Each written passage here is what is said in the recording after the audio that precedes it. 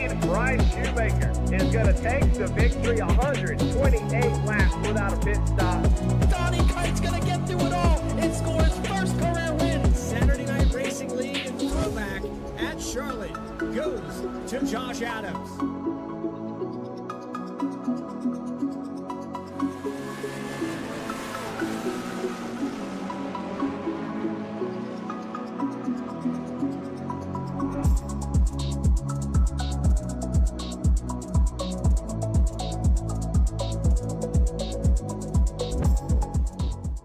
Drivers, start your printers. To keep pace with the ever-changing landscape of marketing and advertising, let Clark Print Shop help you spot the trends and keep you in front of the pack with all your color printing needs. From business cards to invitations, menus to mugs, we can print anything you need on paper or your choice of over 3,000 promotional items. Visit www.clarkprintshop.com to browse our online catalog and place your order today, or call us at 276-889-3426. For a limited time, use the code iRacing for 23% off your first purchase. The staff at Clark Print Shop looks forward to handling all your color printing needs.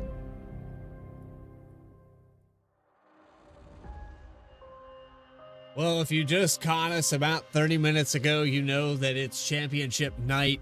We've crowned our champion in the Challenger Series, and it's another scenario where most likely we're going to see the same guy at the top of the points win the overall standings. Live here tonight from Homestead Miami Speedway, it's the Saturday Night Racing League Cup Series presented by M&J Distributors.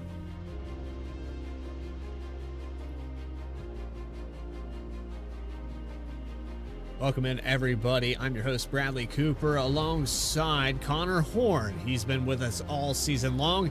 And Connor, I've got to say, this race, it's going to go down as one of the best in Season 4. We have a deficit. We have the points overall. Bailey Turner, 35 points out. It was 30 points in the Challenger Series. It looks like it's enough to get ahead of Josh Adams and lock this thing up. Only a two-horse race. J.R. Shepard mathematically eliminated with only 36 cars. For Joshua Adams, he would need Bailey Turner to have a catastrophic day if he wanted to win the title. 31st or better wins the title for Bailey Turner. That's all he needs to do. That's including no bonus points or anything. And even if he finishes 32nd, Joshua Adams would need to have a perfect day, lead the most laps, and win the race, which it's going to be tough to do. He's got to hope for something to happen, but either way, it's been a dream season for Bailey Turner. 7 wins on this season. Joshua Adams, Jeff Wright has been in contention. Chad Klinger was in contention for a while, but Bailey Turner's outlasted them all so far, and he only has one more race to do so. Yeah, he's had the lead consistently. I think you said somewhere around 10 weeks now that he's held this points lead. It's been just kind of a change of pace from what we've seen in the other 3 seasons where it went back and forth. We had multiple different winners across all these seasons, but no one as dominant as that 24 car putting it all together so far into this final race. Take a look here at our track map, Homestead, Miami. We looked at it there in the Challenger Series, November 5th, 1995. This 1.5-mile oval of 18 degrees banking. The reconfiguration back in 2003 changed that flat surface to progressive banking. It was multi-groove in the Challenger Series. I think it's going to be multi-groove here tonight with the Cup car. I think you would think so for sure. You'll see drivers run the high side, but I think you'll definitely see some drivers trying to make that bottom line work a little bit, just for the tire's sake. We'll see if the tire saving works on the bottom. Usually, that's how you do it at Homestead with the old model, the old car. You just run the bottom and then just kind of go late in the run, but we might see something different tonight, especially at night. The tire saving might be out the window because you probably don't need to save that many tires, that much of tires with how cool this track's going to be, but it is a long race, so you got to keep some tire sets over the wall. You have 6 in the pits, including the 7th one being on your car for a 167-lap race, and 3 green and white checkers per usual. Lower fuel per usual should make these cars handle a little bit differently as well. And I corrected that graphic there for the green-white checkered, so we do have that updated this week as well. But with that, it's time to take you trackside, get the grid up on your screen, and starting on the top spot here tonight with a 32.400, it's the 05 of James Lehman. Had a great race last week, didn't quite put it all together, but he's going to start on the top spot with Ryan Carwile just beside him, 0.03 of a second off in second place. Row number 2 belongs to Casey Lakatos. Jeff Wright will start in the 4th position. Then Angelo Horonis and Joseph McWhorter in 6th spot. Row number 4 belongs to Dakota Floyd with Joshua Banks in 8th position. And rounding out your top 10, it's your points leader, Bailey Turner. Josh Adams chasing him down for tonight in top 10. Like I said, I can go through scenarios other than that later, but 31st or better, it's all Turner needs tonight. Chad Klinger, he was in the fight until, I would say, Kansas. Then he fell back 11th, or actually Chicagoland, one of the two. I think it was Kansas. Either way, he starts 11th tonight. Kyle Peacock will start in the 12th position. 13th position will be Ray Massey, the 23. Julio Villalobos Jr. will start in the 14th position. Still waiting for the lights to come on, by the way. Come on, iRacing. 15th position, Reggie Ortega making his final start of his season, as everyone is, in the 15th position. 16th position goes to Nick Hapiak in the 06, who's had some strong runs this season. Elliott Butler will start in the 17th position. He'll be alongside Bryce Shoemaker in a Busch Light Apple Toyota Camry, which I haven't found Busch Light Apple, and I'm sad about it, but he'll start 18th in that car. Max Koss still looking for his first career win. He is in the Saturday Night Racing League chase, and he'll start 19th tonight alongside Hunter Sr. in the number 1. Kayla Wakely will start 21st. Logan Threlkel, I'm surprised to see him out here. He sounded like he was pretty tired, starting in 22nd. Kenny Kibbe electing not to take a time. He'll start 23rd. J.R. Shepard 24th. Then we have Brian Chambliss, Eddie Trejo back here in 25th, 26th position. 27th, Matt Shinosky, Brandon Wallace in 28th. Donnie Kite and Christopher Hodges, the top 30. Stephen Davis will start 31st position as we get the 1 to go. We should be going this next time by. Jared Skinner will start 32nd. 33rd will be Austin Belke, the recognizable Exalta car. Ben Lafter in the 34th position. Rob Hamp in the 35th position, who's starting at the rare start at the back for Hamp. And Keith Shoemaker rounds out this 36-car field to finalize this season 4. 36 cars in the Cup Series has been phenomenal. 4 seasons. It all comes down to this. With Bailey Turner's dominant, you'll go through those scenarios later, but the pace car is going to get out of the way. And this first scenario we have to deal with is how good of a restart or how good of a start James Lehman can put down. Here we go, live from Homestead. It's Saturday Night Racing League presented by M&J Distributors, Season 4 finale.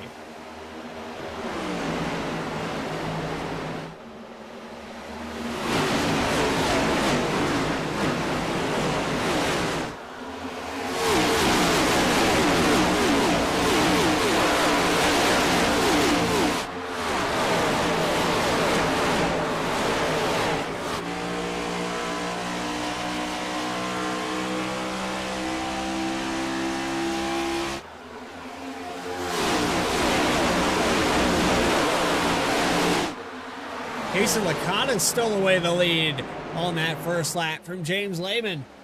So it's a switch up on the numbers, switch up on the top spot as Lakatos has gained 2 already, but he's already contested down the backstretch. Yeah, I was kind of surprised he gave Lehman the outside again. I thought he would have maybe blocked that a little more, but a good start for both these drivers. Big opportunity as well for really all 3 of these drivers to get a win to end the season. Lakatos, Lehman, and Angel Horonis into the picture. Carwile in the 4th position. Lap 2 will also be led by that 50, but not for much longer will he be in the lead. Lehman working that high side like he's done at a lot of tracks this year on the short run, but it's been the long run that's bit him, but looking very fast right now, trying to get that lead right back. Side by side for the top spot. Side by side all over this racetrack. You can go back to around Kyle Peacock, who's making his return here to Saturday Night Racing League. He's currently running in the 13th position, trying to go by on Elliott Butler in the number 16. 13th goes to that 25 and a change back for the lead. The 05 of Lehman did make that pass out of 4, but he has the 50 of Lakatos back on offense on the inside of 1 and 2. Beauty of Miami, you got 2 lanes that equally work, and right now I think that bottom's looking good right now, but I think you'll see that top get even better as this race goes on. But you'll see Lehman kind of bring it down a little bit lower on the racetrack, get those left sides on the bottom seam. That used to be the line a long time ago, but not in the next-gen car. You want to be right around that white line as Lehman gets his second lap lead of the race. Rollins fell back, Carwell fourth, Dakota Floyd still looking for a win in this series, but having a good run so far in fifth. And right now it's lonely on the top side this time by only Jeff Wright elected to run the wall. Oh, I think he's coming off of watching that Challenger Series broadcast. You know, we're still experimenting with this new tire model and how it's going to react. And the 44, Philip Brewer, was dominant. We saw Jordan Trask end up with the win, but it was the 44 that ultimately had the car to beat. And it was only because of circumstance, I think, that Jordan Trask even had a shot at that victory. But it was the line that he was running. And I don't know if you tuned into that at all there, Connor, but the outside line seemed to prevail, as contrary to what we've seen overall. Usually you burn up the outside tires running up there for so long. The 44 somehow figured out a way to keep it up front. We'll see if Jeff Wright can do anything like that tonight, because obviously track temp's not going to be that big of an issue for these drivers. I mean, it's going to sit around that 82 to 84 degree range. Maybe you'll get a little bit lower if the ambient temp gets a little bit cooler, but that's one thing that can kind of bite you running the high side, especially trying to get that throttle up off the corner exit. You can really slide the rear tires really badly if you're not careful. So most drivers got to be aware of that. Lehman, Jeff Wright, the main guys running at the way high side. Got to be careful. Looking back here, I think that was the 21 of Eddie Trejo who took an elevator move down the backstretch. You had Nick Hapiak there on the outside. They almost went 3 wide. You've got Caleb Weekly just behind that, who fell off a little bit out of turn 2. I think that's why Trejo dove to the bottom. But we're still setting up for another pass. Here goes Caleb Weekly to the inside for 17th. You're seeing a lot more orderly in front of these guys in the top 15, but you got these 3 on the top side, Trejo Sr.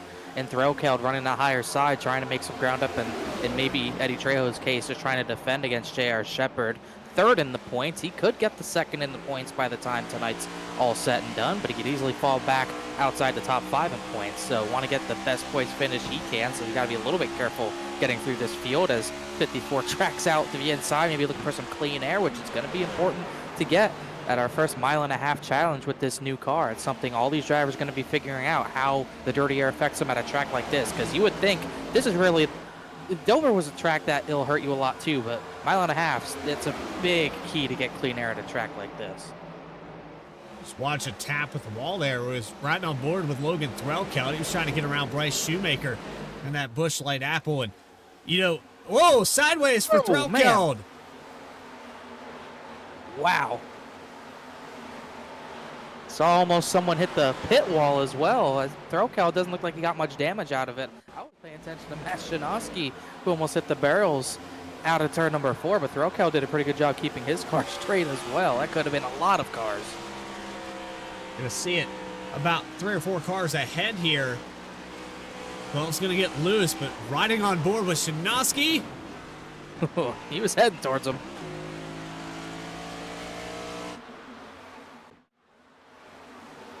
All right, so we got to go back to what I was originally going to say. You've never experienced a Busch Light Apple. That's one thing that stood out in that entire intro. That's what I got hung up on, Connor. They don't have it around here anymore, man. They've moved on to lime, and they're not even selling lime in the Carolinas. Ah, well, I tell you what. You find, if you can't find them, I'll get it. I'll send it. I'll make sure VSPEED takes care of you. Shoemaker's loose now. Curse of the camera is Might back. lose the apple. Oh, look out. Hamp and Chambliss were banging doors right as they came up on the 54. Now 3 wide into 1. Chambliss almost some contact. That's close. That was way too close for comfort on lap number 12. Ben Laughter hit the wall right behind him as well. It's crazy in the mid-pack right now. Now we're 3 wide again for roughly the 27th position with this 54 car, almost getting into Stephen Davis. He might have hit him a little bit there. Ben Laughter on the top side trying to give him room. They're going to stay to his outside. Davis, Laughter. All right, now we go back 2 wide. I feel confident with that.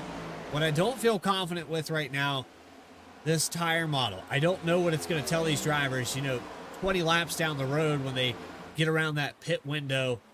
Is the outside where you want to be? Right now, it looks perfect here for James Lehman.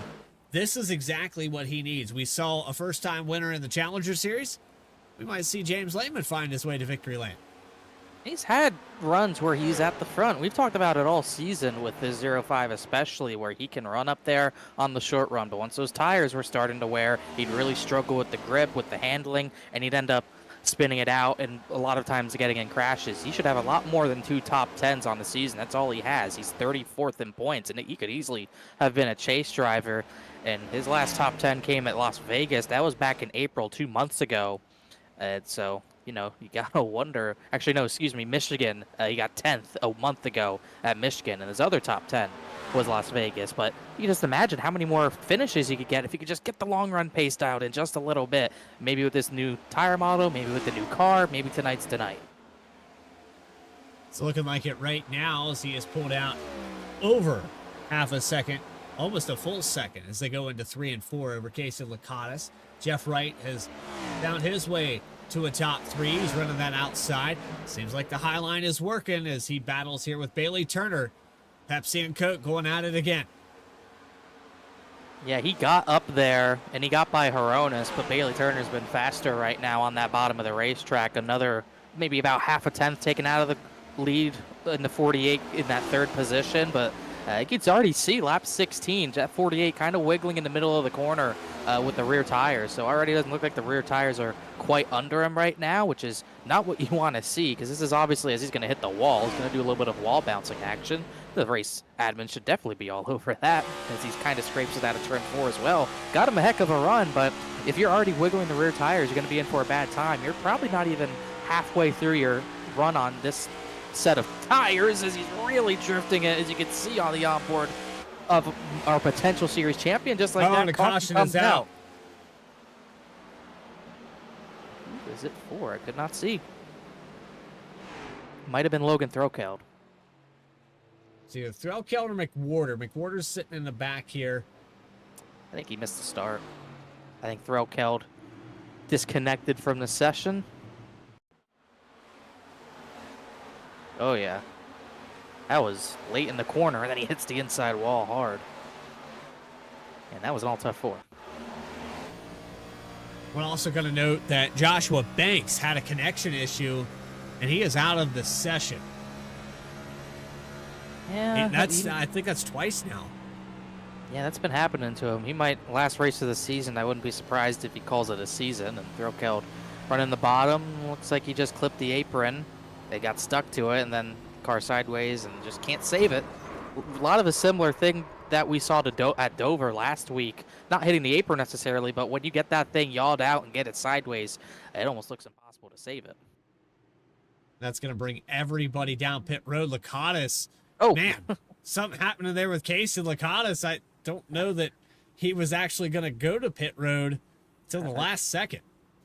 Well, he committed late, and then he was on the right rear of Lehman, who was going basically pit speed, and he almost right reared Lehman into the barrels. It was really weird, and it could have caused a bigger stack up, but I think it's all good. I think everyone got through. First round of stops, everyone has 6 extra tire sets, so everyone else should have only 5 left after this. Down and away here for James Lehman. Battle off pit road. Jeff Wright lost it. Oh, goodness. It's safer on the racetrack at this rate than it is on pit road. It's going to be a black flag there for Jeff Wright. Watch the He went up with rejoin. the racing surface.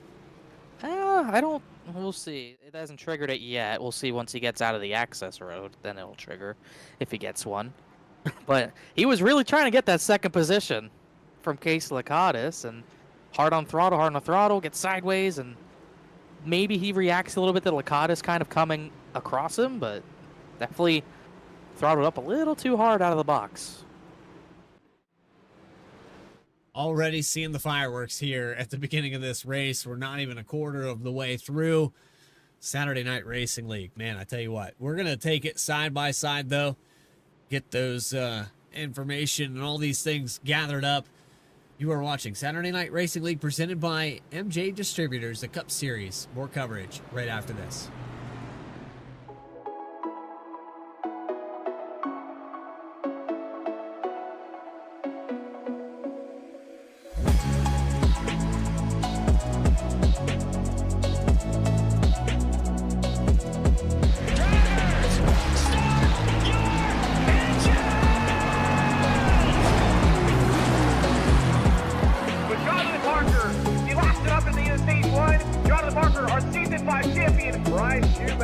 Is going to take the victory 128 laps without a pit stop.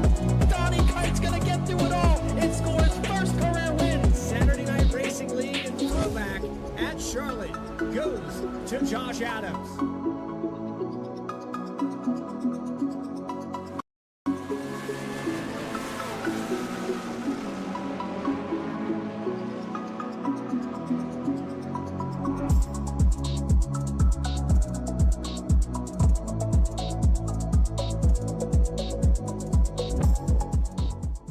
Drivers, start your printers. To keep pace with the ever-changing landscape of marketing and advertising, let Clark Print Shop help you spot the trends and keep you in front of the pack with all your color printing needs. From business cards to invitations, menus to mugs, we can print anything you need on paper or your choice of over 3,000 promotional items. Visit www.clarkprintshop.com to browse our online catalog and place your order today, or call us at 276-889-3426. For a limited time, use the code iRacing for 23% off your first purchase. The staff at Clark Print Shop looks forward to handling all your color printing needs. In the heartland of our country, something magical is happening. At Walkin' and Rollin' Costumes, we know the power of community, of hands coming together to create wonders. These costumes are symbols of love, compassion, and inclusion. Your hands can craft dreams. Join us at Walkin' and Rollin' Costumes build events and be a part of something extraordinary.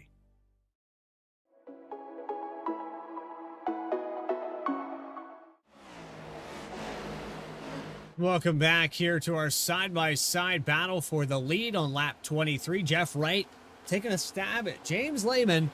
Seems like the Highline drivers are starting to prevail. We were talking about the scenarios. Bailey Turner currently sitting in the third spot. Looks like he has this championship wrapped up if he can just stay on the racetrack.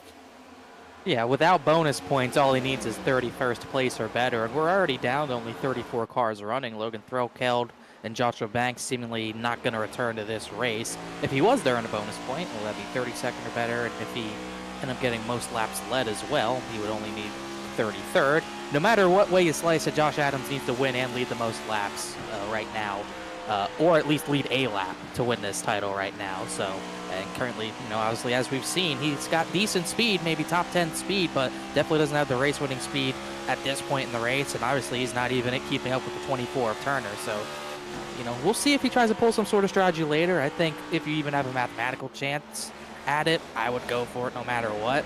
And I personally don't care if it's second or fifth in the standings. You go for first, but obviously he needs a little bit more if he wants to win this and really steal this championship. We're talking about how long Bailey Turner's been in the points lead for. He's been in the points lead all season. He got the victory at Daytona. He has not looked back. There has not been another points leader all season long. So Bailey Turner really trying to lead flag to flag. Jeff Wright, James Lehman goes side by side again. The 48 car trying the low line here out of 3 and 4. They'll have the nose out of the exit, but James is going to take it back. Jeff Wright is all over him. The more they run side by side, the more the 7-time winner starts to creep into the picture. Yeah, I can guarantee you he's going to be looking for number 8 in that gold caffeine-free Coca-Cola car as he even scraped the wall a little bit there. Everyone's already testing the limits, not even 30 laps in, and still interested to see what we see in fall off. You remember last week at Dover, we fell off a decent bit at the beginning, but then it kind of stalled. You know, the fall off, it kind of stopped falling off. He got to a point where he ran a specific time and he never fell behind that specific time. Looking at the last run, Bailey Turner's fastest lap on the previous one was a 32.59. He'd fallen off to a 33.21, so about maybe 5/6 of a second. We'll see if we get any more than that. Well, the mid-pack is really, they're crashing Rob Hamp. Ben Laughter is going to spin. Joseph McWhorter is going to get involved in it, and that's our second caution. I was just looking over. Oh, and Keith Shoemaker piled in late. I was just looking at that huge pack in the mid-pack. I could see that wasn't going to end well, and it did. A lot of checking up there. Multi-groove racing with some of those guys on the higher side had checked up. Ben Laughter on the outside. Got stuck in the middle. Sideways out of turn 2. Let's take it back on the replay. Couldn't see who was the first one sideways. Maybe the 4 or 64, one of the two. But you can kind of see these guys were all over the track, 20th on back, even ahead of this with Hapiak, and I think Elliot Butler kind of checked up there, and then they got really stacked up in the turn number 1 right in front of Hamp. He's going to look outside Butler. Then he got into the wall. Then Butler got loose and then checked everything up. Ben Laughter didn't check up, got into Hamp, and Hamp made a pretty good save, actually. Ben Laughter couldn't save it. And then Hamp hit the wall a little bit. McWhorter might have gotten some damage, and man, Keith Shoemaker came in way late compared to what I would have thought as Eddie Trejo hit from 10.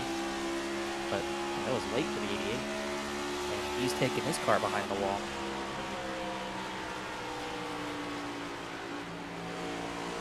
It's on board with Dakota Floyd, who'll have a front row seat to this one.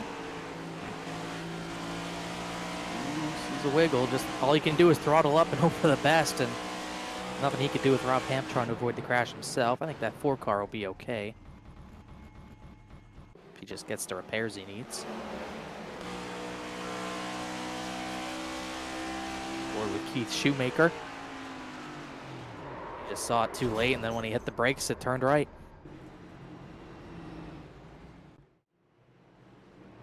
Keith Shoemaker has also taken an early exit. Ray Massey, problems for his day. The 23 Clark Print Shop machine looks like it's pretty much behind the wall as he's sitting on pit road right now. Yeah, he got a lot of right front damage while we were still side by side right after that restart. Looked like he got into it with Dakota Floyd, and that was on lap 22 after I think Floyd hit the wall.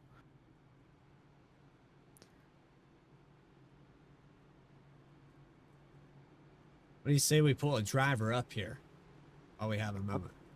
Well, let's wait to call up the points leader. We'll save that until either it gets official or the race ends. Trying to see about where that trying to look where that 05 is. If he's in here. I don't know if I see. James Lehman is in here. Let's get him very quickly.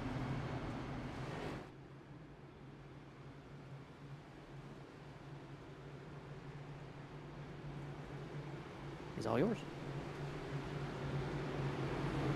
James Lehman, it's Bradley Cooper. You got a copy? I know we're on the backstretch. Yes, sir, I do. Well, so far, so good. Looks like that car's bad fast. What's it going to take to seal the deal? Keep Bailey behind me. That's the goal. I know it's a little bit late here. We'll try to pull you up and give you a proper one if we get another opportunity. But, James, good luck out there. I know you're doing great things. Maybe a win here to add to that 2 top 10. You know, hopefully I can get my first top 5, and I'll see you guys at the end of the race. Alrighty, James Lehman.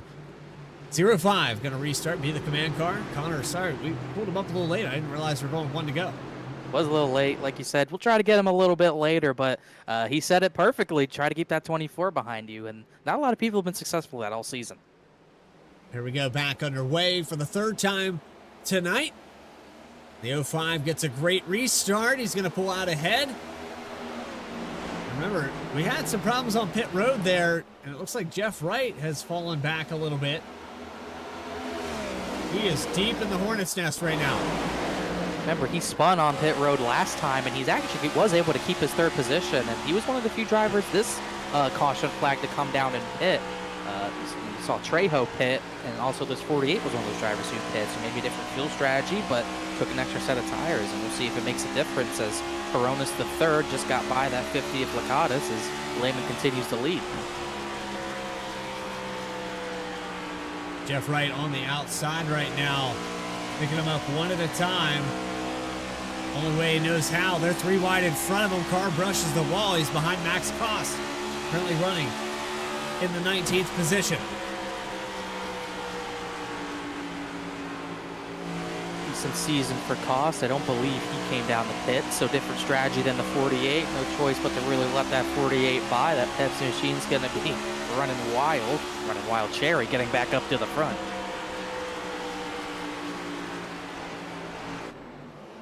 Green wide here with Jeff Wright in the middle of the pack, middle of the line. He's going to hold it out of turn 2 as the 7 of Jared Skinner. Stephen Davis in the 60. He's got a car blinking with a little connection issue there. That's Nick Hapiak in front of him. Hapiak definitely blinking, but also making passes at the same time. They blow by Villalobos and Joseph McWhorter. Hapiak just couldn't quite clear up in front of a 73 while Jeff Wright trying to follow him through. I remember that middle line when they added all these grip strips on this track especially. That middle line was literally the last place you would want to run because you'd have a grip strip on the bottom, you'd have one on the wall, but nothing in the middle. And that's not just this track, that happened on a lot of tracks, but now that middle's viable, at least seemingly it's viable once again. Wright's making it work, but now he's going to the bottom of the racetrack trying to get that Hapiak machine, while Josh Adams marching towards the front, trying to keep up with his championship rival up the third. Bailey Turner just ahead of him, taking a stab at the lead again here on the outside. There's a hole there, but I don't think he wants to try to go through it. I don't think he should. I mean, there's no reason to risk it. There's enough cars off track where he might even have this locked up by halfway if they don't get back on track, but you don't want to put it at risk because he's actually going to hit the wall entering, trying to get all the clean air on the car possible, and he is going to try to get to that right rear on the corner exit. Lehman's going to squeeze him at the last second and just keep him out of that high line, but now he's going to go to the inside, and we'll see if he tries a slide job. It's a staple of Homestead Miami Speedway and a staple of the racing here, and that's exactly what he's going to do, slide up right in front of Lehman. But Lehman saw it coming. He backs up the corner, but Turner got really tight out of 2, and Lehman's going to try to give it right back to him. This is Miami at its best. We saw a lot of this in the race just prior. Another slide job probably coming from the 05 through 3 and 4. Turner hits the wall, but it still doesn't slow him down. It seems like the safer barriers are not scrubbing speed tonight. We got a car sliding out of 4. Jared Skinner kept it straight, so all good there. But Turner, you could see how hard he is working to try to keep that right side, that right recorder panel planted to the outside wall. There is a little bit of arrow there. If you get it planted at the right time, you can kind of get yourself pushed away from that wall, and that's what makes that, like Kyle Larson, Noah Gregson, Tyler Reddick type of line really work. And 24 is trying to perfect it. He keeps scraping a little bit too much, but you can see there's the moment from Jared Skinner. He didn't really get loose. He just kind of came down the track and let some people by.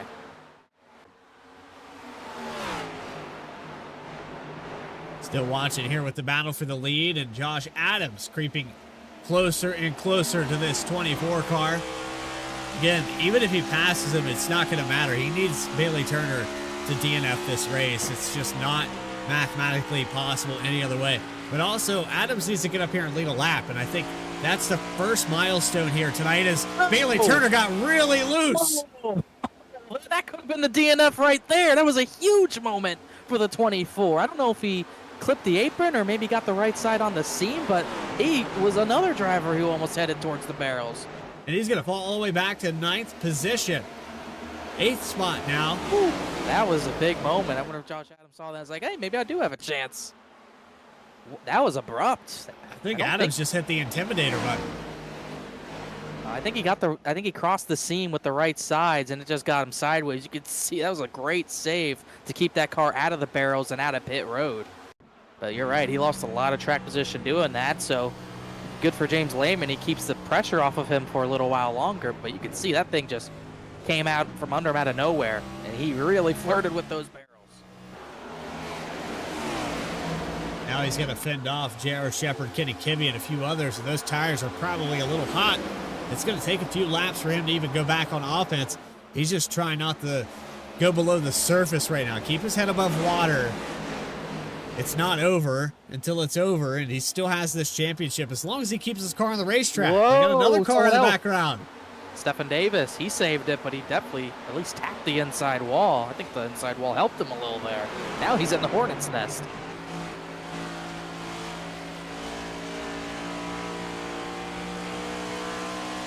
Chris Hodges on the outside. He's going to get a good run. Here comes Caleb Weekly as well. Julio Villalobos Jr., Bryce Shoemaker.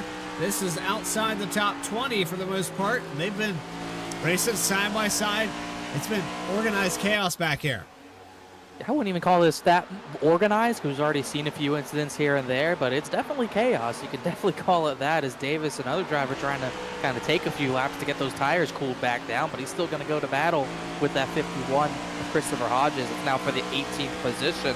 The 20th on back to Hornets. That's Caleb Weekly. Just had a moment, got sideways. Now Bryce Shoemaker going to take advantage. You got Chambliss, Villalobos, Trejo, Donnie Kite, chase driver, and then Jared Skinner, Elliott Butler, Belke.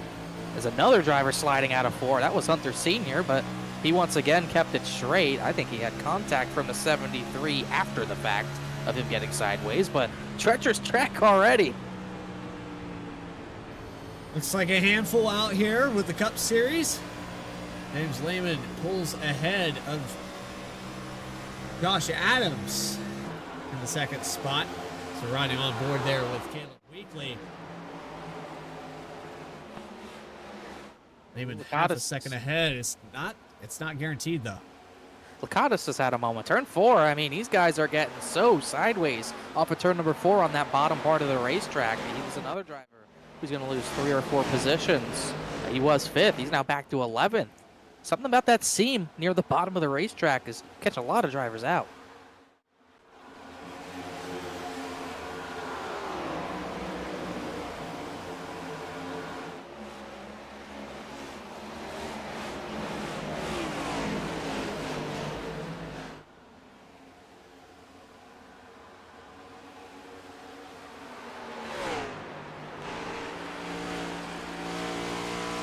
Oh, I was just informed that my wife is home, so that's where I was for a moment. Doesn't happen very often. But she's back home, so that's good to know. And Josh Adams chasing down the lead. James Lehman staying right around that 2 to 3/10 mark. He's loose. He's gonna hit the wall. No, he missed it just barely. Same exact thing.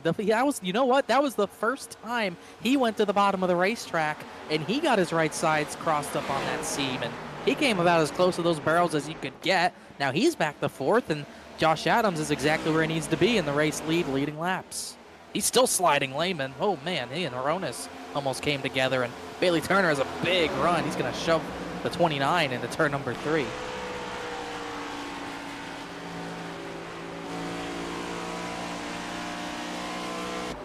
I got to go back and watch what happened here to the 05.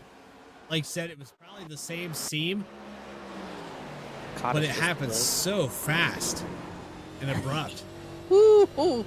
That is, you can't get closer to those. Like, he needs a new fire suit, but this was the first time he went to the bottom, maybe trying to block Josh Adams' dirty air, or block him, put him in dirty air, and just comes out from under him across those seams. Kind of turns the wheel right, kind of lets the apron catch him a little bit, but definitely saved the race car. But now he's struggling with a bunch of drivers around him, because now he's got 4 or 5 stacked up behind him, including Jeff Wright on fresher tires, who's all the way into the top 10. We're looking 3 wide for the top 5. Coronis, Slayman, Wright, Turner. Whoa, still man. 3 wide.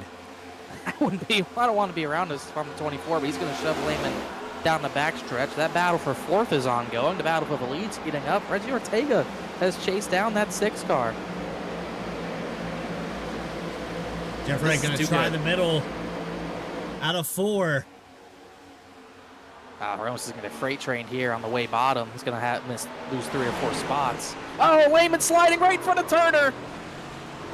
Oh, he's into the wall. Turner hit him a little bit. 24's in it. Oh, no. It might be repairable. It didn't look like he got bad damage. But he's going to face some adversity here. And once again, it's another one for James Lehman where just kind of lost it. But he might have had help that time. Well, let's take a look on the onboard. Yeah, he got shoved into turn one. And then, you know, Lehman overcorrected, and there's nowhere for J.R. Shepard, Dakota Floyd. A bunch of those guys are nothing they could do. Get a good look, maybe off the front bumper, you know, pushing them there, pushing them there. And yeah, it definitely looked like he shoved them in there fast.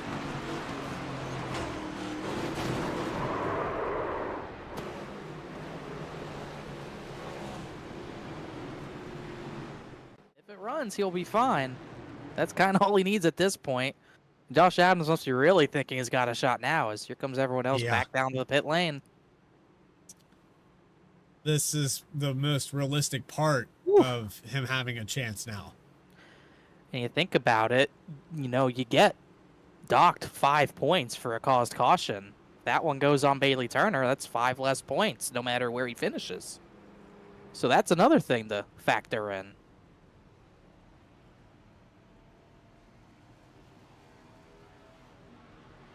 I believe Kenneth Chaney is not a Bailey Turner fan. Meanwhile, still looking at people who have left this race. It looks like Joshua Banks, Logan Thoreau, Keld Ray, Massey, and Keith Shoemaker are all officially out. So that's 3 cars right there, and Turner only needed 31st or better. Rob Hemp in 31st is still running 7 laps down. Ben Lafter is 32nd, though, 23 laps down, and he hasn't gotten back on track. So it's not official for Turner yet, because Ben Lafter could get back on track, but he hasn't yet. And that might be his saving grace. All the incidents that Bailey Turner's avoided, all the top 5s he's had all season, especially in the chase, is what's put him in a position where he can afford this, although he definitely doesn't want it.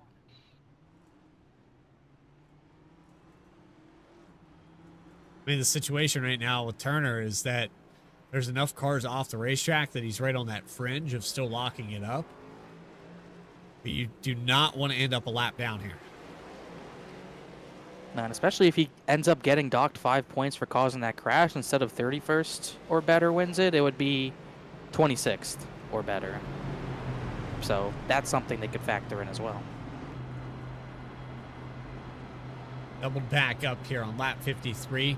Still have about 30 laps to go to that halfway mark. Josh Adams will be the command car. The runner-up coming into tonight. Bailey Turner had the points lead pretty much all season long. And here we are at the final race where he could lose it with that damage. He's going to be back in 28th position for this restart. This is the chance for Adams to lead the most laps. He said that was a milestone he needed to pull off. He could do it here.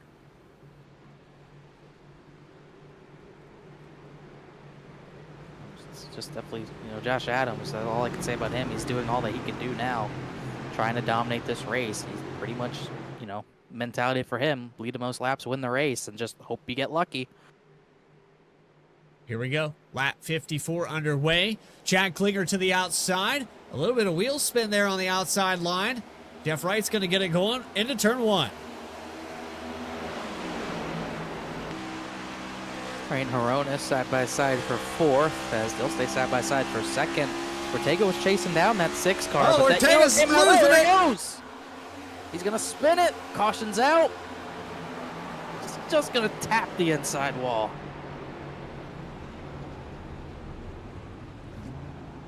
He didn't save it, but he saved it. If you get what I'm putting down. I think you mean he kept it from dying. He kept a race car intact, just enough.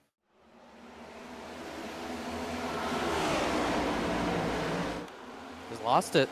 What we've been seeing out of turn 4 finally happened in turn 2. And you can see he's in the gas, trying to keep it out of the inside wall. You can see those rear tires spinning forwards the entire time.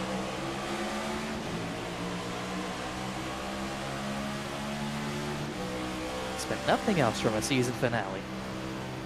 Right? I mean, we're still only about, we're not even close to halfway.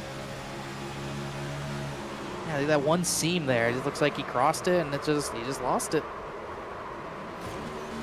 Shifted down to second gear trying to get something to go forward.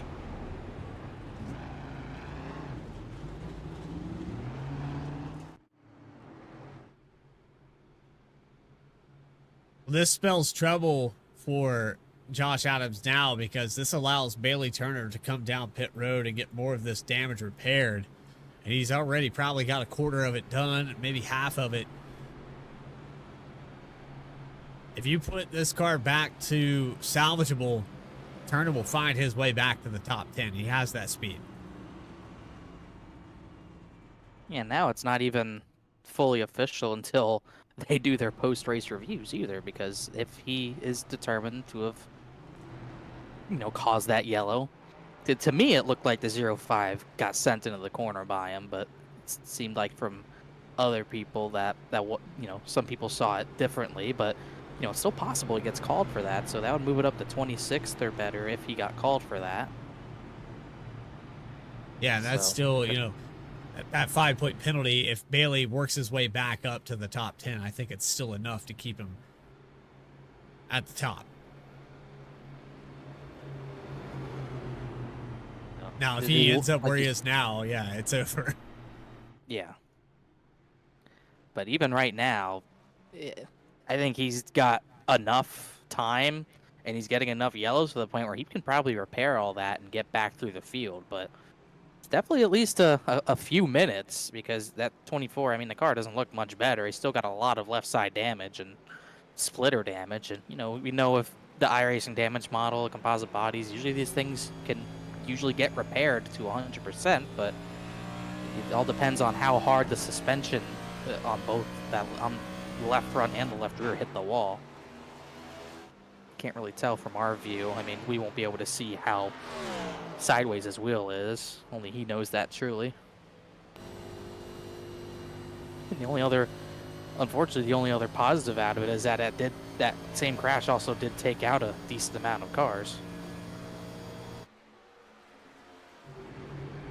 Pace car is going to pull off this time by. Race recap at the top of your screen with 4 cautions and 2 lead changes.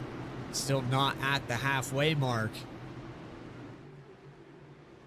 One of those lead changes coming right out of the gate as Casey Lakatos, James Lehman went back and forth.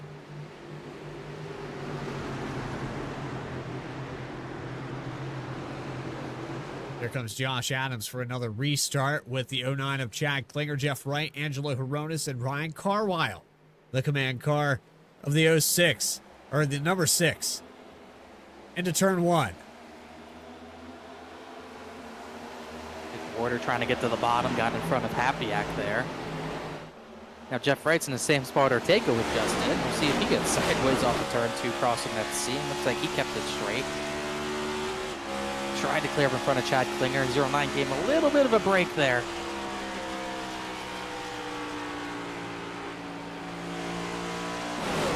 Still early in this race. I don't see why you wouldn't want to give a guy a break, especially if you get later into this race and you got to get around him. They might cut you a little slack.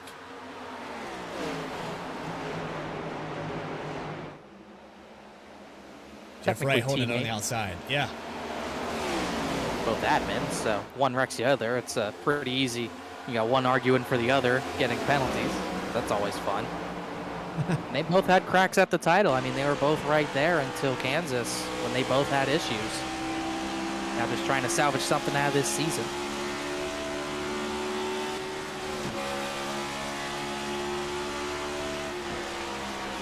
I'm just trying to keep up with chat right now.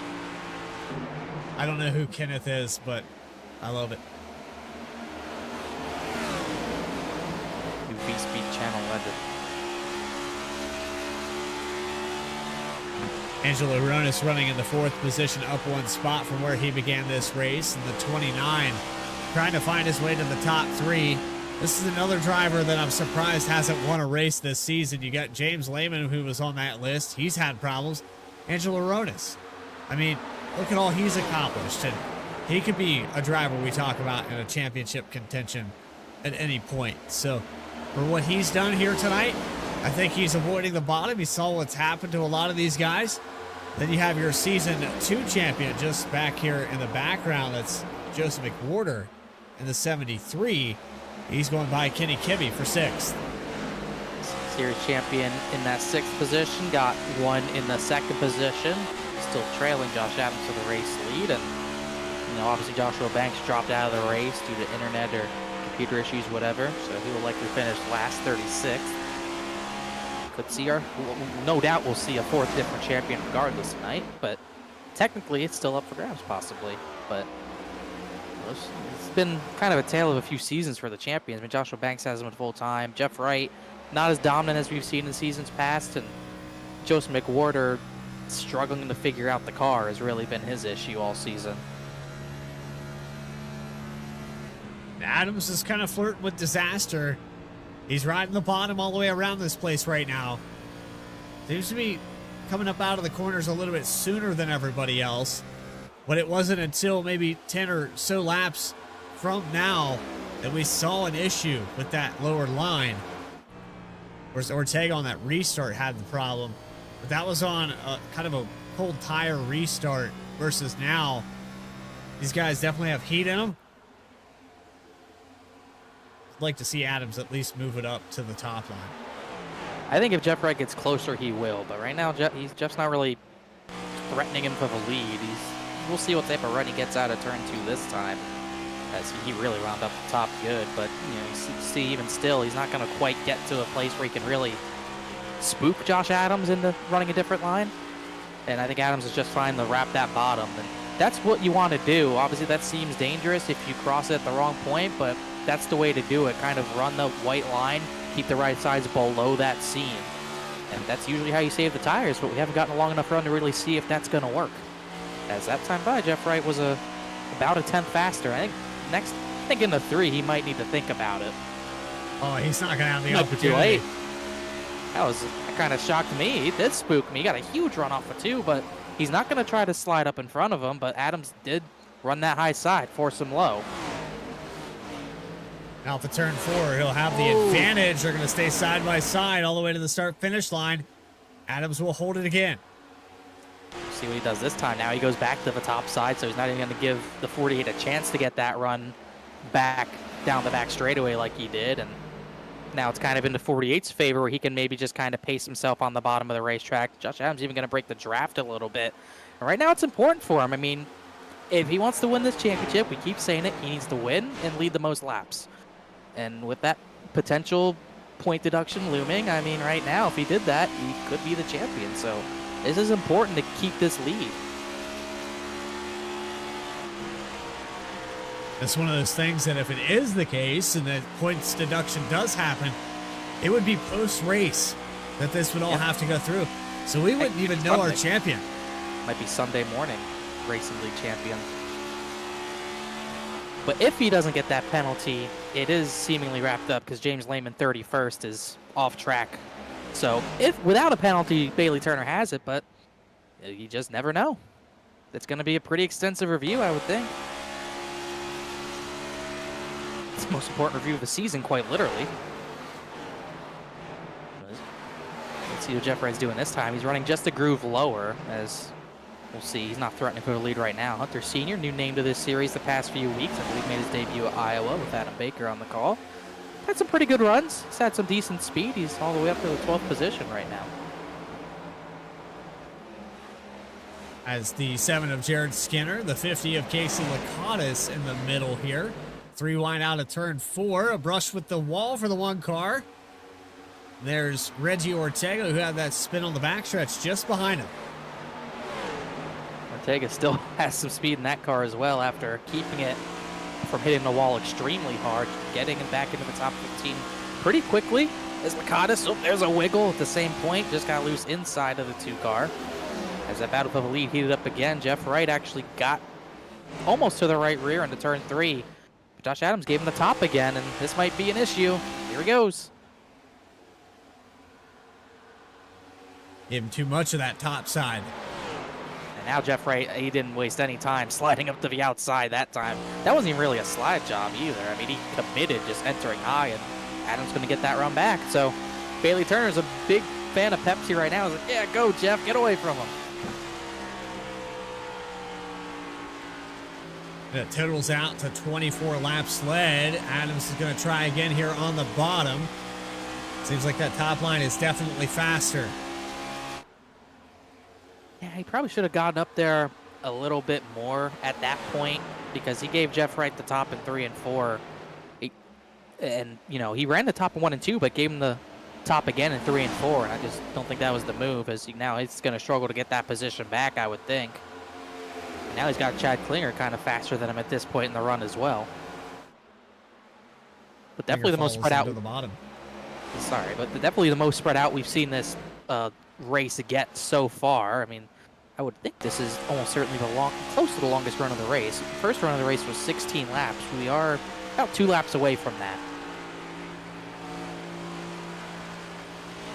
There's a lap times last time by. Adams was, you know, 100th of a second doesn't sound like much, but that could be the difference between getting around a guy. And right there, he took another stab at it in the exit of 2.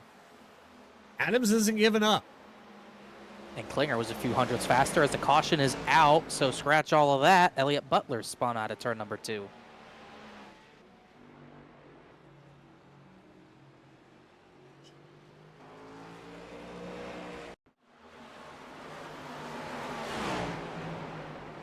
Side Rob Hamp here is right around the 25th position. Yeah, just loses it.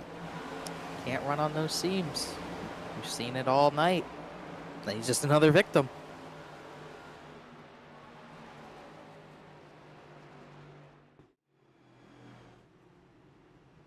What do you expect here? Everybody coming down pit road for 4 tires. I think we've seen some people use, I think Jeff Wright might have used 3 sets, so he should only have 3 left. Most others have 4 sets left, so I would think majority of the field comes down. Guys like Jeff Wright, Eddie Trejo are question marks, but looks like Wright will come down, so still going to be down a tire set to everyone else, I believe. This is a weird spot to be in because you could take fuel only on this one and make up that deficit, but then if we don't have any more cautions for the rest of this race, it's over. You're not gonna be able to keep pace with these guys. It's talking about 20 laps on the stint. We saw probably, and he did take fuel only. You actually kind of called that. I honestly was not expecting a fuel only pit stop because of how much fall off we saw. We saw 6-7 tenths, but he did it. And Ortega, I believe, took either fuel only himself. I think he also went fuel only. So pretty much everyone in that team, because I believe Roy, Ortega, Chambliss all affiliated, they took fuel only to get the track position. Horonis took 4 tires, but got out in front of Josh Adams and Chad Klinger. Great stop for the 29. Well, another opportunity for Bailey Turner to repair his car. Yeah, that's the other part I was going to talk about is he's almost got this thing back to full health. I would say probably another minute or 2 of repair, and this car's good to go. At this point, it's all he really needs. If he can get that thing back to full send mode, as long as he doesn't full send it into the back bumper of anyone again, he should be okay. But, you know, last time he was only running in the 27th position, as definitely not full strength still definitely damage on those left side panels. As he'll come out just behind Kyle Peacock, who's got a little right front damage himself, but much better than some of the cars we've seen tonight. And I believe before this yellow, he was running around that 23rd position. Doubled back up with Jeff Wright, Reggie Ortega on the front row. Adams fell back to 5th spot after those pit stops. Quite a few of these guys taking fuel only on this stop. Ortega and it looks like Chambliss also taking fuel only. This brings Chambliss up 22 positions to 3rd. Yeah, so I believe all those guys are, I guess, they're not really an official team, but they're team admin. So Wright, Ortega, Chambliss doing the same strategy as, I don't know if Chambliss was down on tires, but I think Ortega and Jeff Wright definitely were. So they're just going to try to get the track position, play that type of game. Hronis is the first one on 4 fresh tires, so important for him. Maybe try to get by these guys, but ultra important for Josh Adams to try to get that lead back. As we're nearing halfway, he needs to get that bonus point.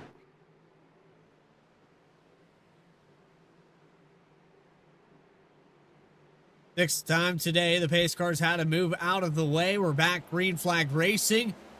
3 lead changes. Jeff Wright into turn 1, looking for another win this season. Reggie Ortega, Brian Chambliss. Fuel only, the last stop. Really slow 1 and 2 for the 9. Kind of checked up the entire field, but Ortega got a good run off the top of turn 2, but not quite enough to challenge that 48. Adams stuck in the middle, 4 wide. Big move there. That's Christopher Hodges. I believe he played maybe a little bit of strategy to get up through there. Actually, no, he took 4 tires. He ran up there all on his own looking back on it, so apologies for that. Hodges was up into the 8th position, so great run Bruin for the 51 so far. My apologies.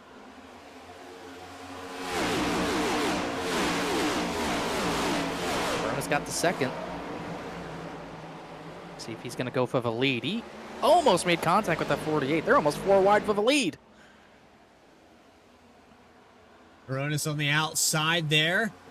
Looks like Reggie Ortega is going to fall back to Chad Klinger for the 3rd spot. 09's going to go all the way to the bottom. Can he get by? Here comes the 6 of Adams. Can he get around the 2? He will get to the outside. Right. Oh, McWhorter sliding now. 73 on the apron. He saved it. Holy cow. I can't believe Joe's McWhorter just saved that car back there. That was unbelievable. We got 2 things to look at simultaneously here. And Angelo Hronis gets the lead out of all it. Jeff Wright fell back to about the, it's now 3 wide for 5th. Starts with the 48. I can't believe that save. Just gets loose. Maybe the 29 getting the arrow loose. You can do that in this car. McWhorter swerves, I think, to avoid it. He loses himself, and he does a full slide on the apron, and he kept it straight. He didn't even spin it. That was unbelievable.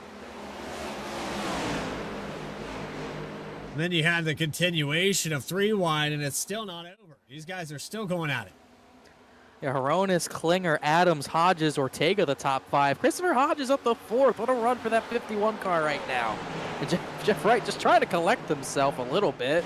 Just McWhorter, that might have been the highlight of his season for him with that slide. I mean, that was unbelievable to keep that car straight as the 48 trying to hold on to track position with the older tires and now the warm tires. McWhorter fell all the way back to 19th, but I think he'll take it. Angelo Hronis on the outside here through 3 and 4. Klinger a little bit faster last time by. Ooh, slider out of 4. Way at the back, I think it was Rob Hamp. Kept it straight. We're still green, but Adams, like we said, just trying to do everything he can. He's kind of tracking these guys, but last time we got that 15-lap run is your 9:48, maybe a touch faster. Checking in with your points leader, still has that damage on the left front, running in 27th position. Bailey Turner off the pace. He's almost a full second slower than the top 5. Yeah, right now he just can't run any higher than 27th unless some people have issues.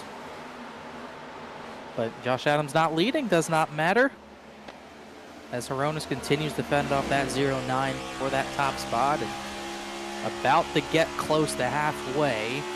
Probably maybe 1 stop left for most of these guys. You know, probably have to make it to lap 25-ish, somewhere around there, but next time by, I will be halfway. Yeah, the fastest car on the racetrack with a 32.9 was Chris Hodges. He was faster than all the cars in front of him this time around. He's going to lose a 10th on all of them, but I think it was that dirty air there from the 6 of Adams. Looks like Hodges bad fast. He's definitely got top 5 speed right now. Oh, Kibbe threw a huge slider on Jeff Wright out of turn number 2. Jeff Wright didn't even lift for him. He just booted him out of turn number 2. Kibbe took the room he was given. Now he's on the bumper of Reggie Ortega, getting him a little bit arrow loose. You know, normal trek up to the front for Kenny Kibbe as well. You know, don't qualify. top 10 before halfway. That's how he rolls. Been knocked in a couple times this season, but man, one mistake here from Ortega, he could get dumped. Gibby not cutting him a break at all. No, he's not lifting off the rear bumper either. You can get these cars aero loose, even with this new car model and the new tires. So he's really testing the limits with Ortega on the older tires.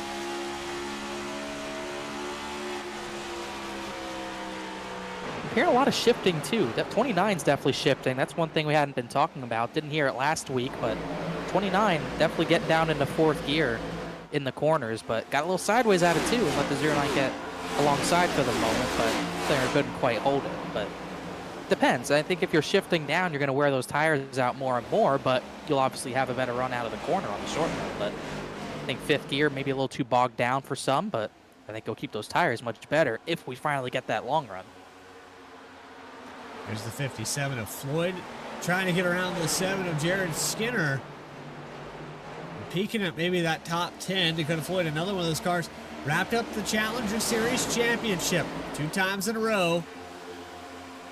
He's also got a top 5 here in the Cup Series, so he's having success on both sides of it. He's going to go 3 wide here with the 7 and the 50. Lakatos in the middle, pinch down here on the exit. Not going to give a good exit for the 57, and he'll drop back to 13th.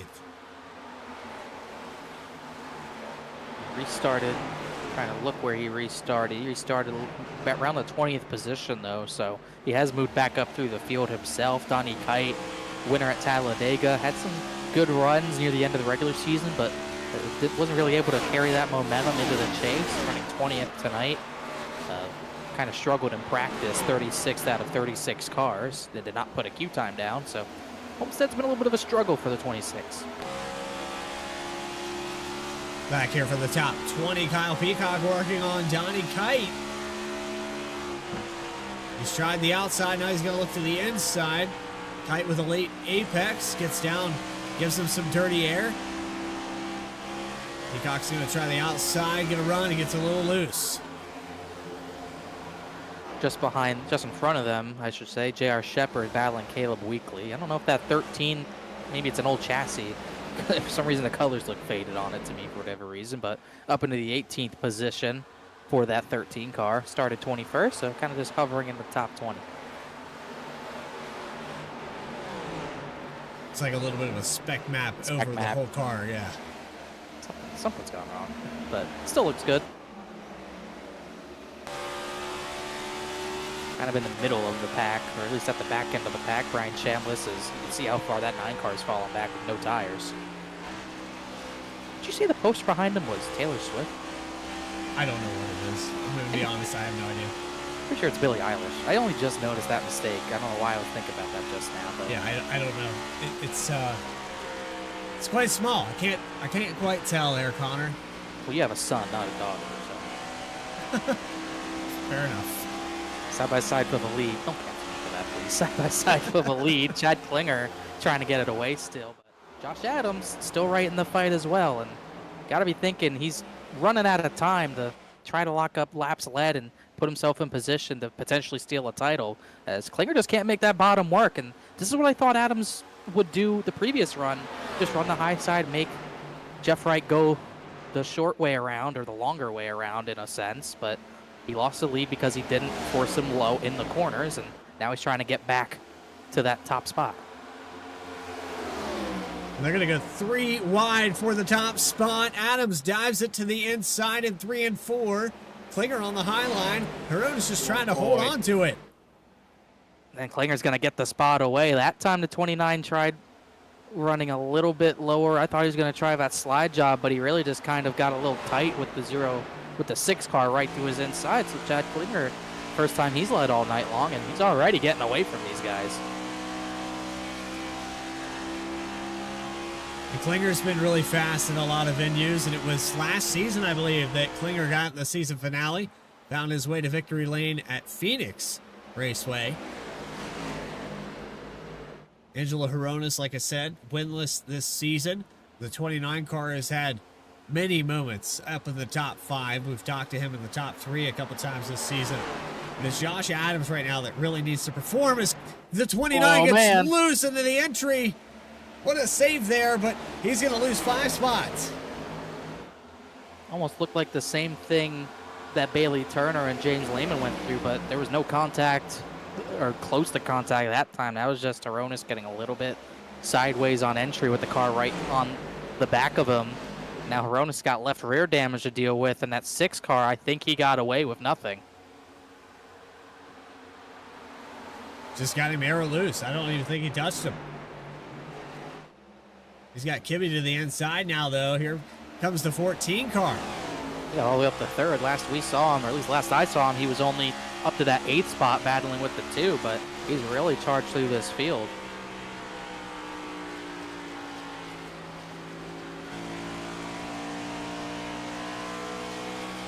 Still a lot of racing left to be done, though. We're just past the halfway mark as we ride on board with Kenny Kibbe. He's had 4 top 5s, 9 top 10s this season. In the races he had the least amount of success, he put down a qualifying time.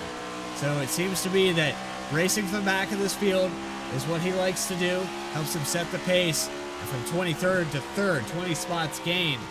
He's on the back bumper of Josh Adams. But we've traded this lead so many times right now.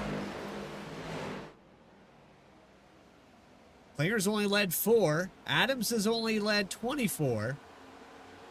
I know But Jeff who else Wright has has a led few more? led. Jeff Wright only got 8 laps led.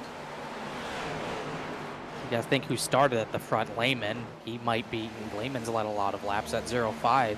He has 43. So James Lehman definitely has the most laps led. So right now, he would need to lead, what, 20 something, around 20 laps to pass the 0.5 for most laps led. And we are coming, next time by will be 60, 70 laps to go in the season. And he's got to get this lead somehow.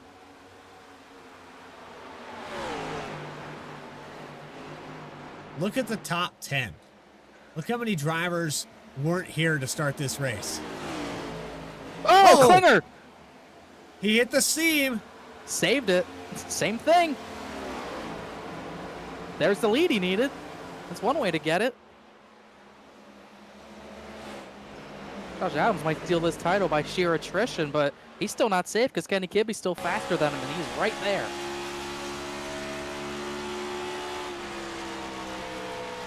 It seems like every time we go to point something out, someone has to slide. Maybe I should just keep the camera on the pace car. What do you think? You know what? I think it's when we talk something goes wrong. So, maybe it's time to maybe get a little loud. Yeah, I think so. Go ahead and hear the sights and sounds in the season finale. Saturday Night Racing League. Get Loud, presented by FireStorm Racing.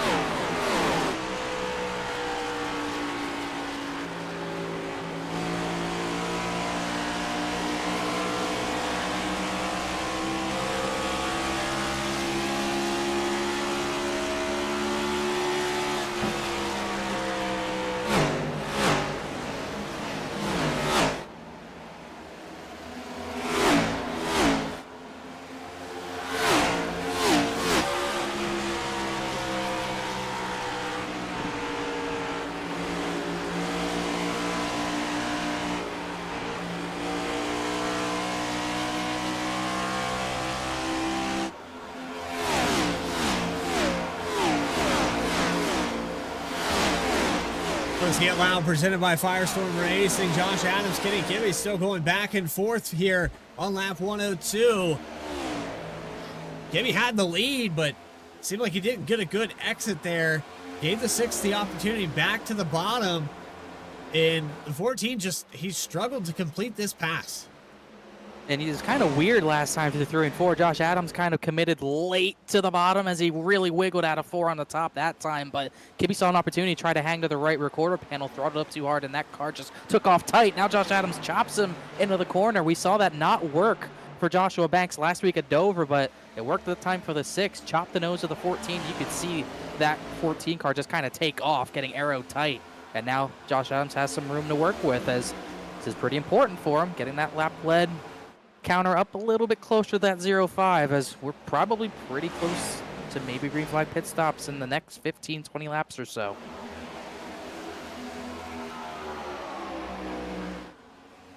Now 30 laps on the stint. I'm going to stretch this run as fast or as far as I can. I want to make sure it's only one more stop to make it to the end of this race. Pit lap, everyone came down around lap 74. Whether they took tires or not, everyone took fuel, so it gives us about a 91 lap run to the finish. So around 40, you probably need to make 45, 46 laps per stint, which would probably take us to about lap 122, lap 123. So if you want to make it on one more stop, you're going about 16 to 18 more laps, somewhere around there. If you're going to two-stop it to the end, probably you would pit around now, actually. Yeah, I think these guys are going to go to that 116 mark. Yeah, I don't know what the right call is, but I haven't seen anybody hint that they're pitting just yet. Still have everybody on the same stint of 31 laps. I wonder. Split it up. I would have already went, I think. Few more laps, we get 60 to go. I just wonder if Bailey Turner's getting nervous at all. I just can't imagine how sinking feeling this could be at this point. I remember a league championship that I ran. This was probably 6-7 years ago at this point. I was in the fight for the title and I wrecked so early, and I was just riding around the entire race just hoping something else happened to the other guy and he didn't maximize his day, and I ultimately lost that championship. But this is a different situation. I didn't lead that championship all season like Bailey Turner has. He's had the points lead since we left Daytona. And now, if this goes green, he can all he can do is just ride and hope at least one person maybe goes a lap down and he can get that 26th spot and not have to worry about getting called for a incident that could loosen the championship. As Kenny Kibbe just had a moment. I think he just got loose out of 2. Same thing Klinger did. Kept it straight, just like the... Oh, Josh Adams! Josh Adams is sliding out of turn number 4. He saved it. The 6 car saved it, but he's going to lose the lead to Ryan Carwile. Goodness. He can't do anything. I think you bring it down pit road at this point. We were trying to watch a replay there. Adams loses it. Let's go back here and look at his problem down the front stretch. We'll rewind it even further. We'll take a look at what happened in the 14. Just prior to that. Just very late out of the corner, gets sideways, gives Carwile the lead. And just before that out of 2, Kenny Kibbe did the same thing. This is looking at the 14. He was running in second spot when this went down. Same thing on the bottom. Touches the seam. Actually, it didn't look like he... The top seam, I think, what really he kind of got across at the bad time, kind of like Red Ortega did earlier. That shuffled them from 1-2 to 4-5, and now they're in a battle for that 4th spot, and now it's Ryan Carwile in the race lead. I don't know if I want the race lead. At this rate, you just don't want to lead this race. Yeah. Carlos had a pretty... Yeah, it's just like, I remember Chicagoland race I rewatched from like 20 years ago. The leader just kept having issues. So Ryan Carwile might be counting his laps until something happens. But he's had a pretty good season, just no race victories. Best finish was 3rd at Michigan about a month back.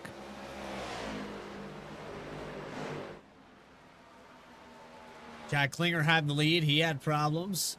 So everybody pretty much in this top 5 has had issues at some point here. And all these guys sliding has let that 71 actually get probably the biggest lead we've seen anyone have all night, up to about 1 second. So, you know, don't have to get arrow loose off of someone's bumper or anything like that. It's just strictly him in the track right now. Is almost seeing everyone navigate their way towards the bottom of the racetrack. Josh Adams still trying to make the high line work at this point. He was pretty far off last time by. Carwile ran a 33.5. Josh Adams was actually faster that time by, though. And meanwhile, I saw, I believe, Kyle Peacock bring it down the pit lane. He has no further damage, but he has parked his car, and that puts Bailey Turner in the 26th position. So that would be enough to win the title regardless of an incident.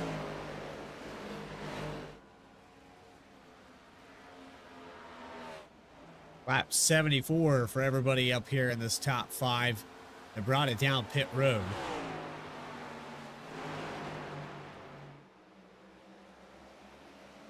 I don't know. What are the what's the reports here for fuel mileage? Because if they can't make this, I'm surprised they went that far. Yeah. Well, I haven't heard anyone saving, so I can't imagine people are that close. Like I said, I think you got to get to about lap 122 or so, somewhere around that range, to make this one stop work and cut this run in half.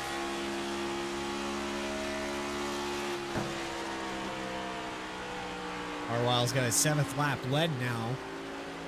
Remember, the 71 started up in the front row, so he's had speed all day, but he really hasn't been a standout top 5 car. Oh, We've Kibbe. got problems in the background. Kibbe down to the bottom of the racetrack. That's the second slide, and that one's going to take him out of top 5 contention for now. He is only going to lose 1 spot to Stefan Davis and Reggie Ortega, so 2 spots. That's Stefan Davis. He just got up to the top 5 out of nowhere. He's had a great run through this field. Started back at 31st. He's the Clark Print Shop biggest mover of the race so far.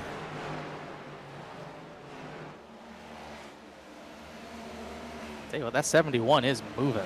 I mean, he is checked out the last few laps. He's been very fast, although Hapiak was a 10th faster last time by, but 1.5 second lead. Because that 06 just got by the 09 a lap or 2 ago, and now we got a logjam for 6th after Kibbe's slide. Stefan Davis getting away from it. Reggie Ortega.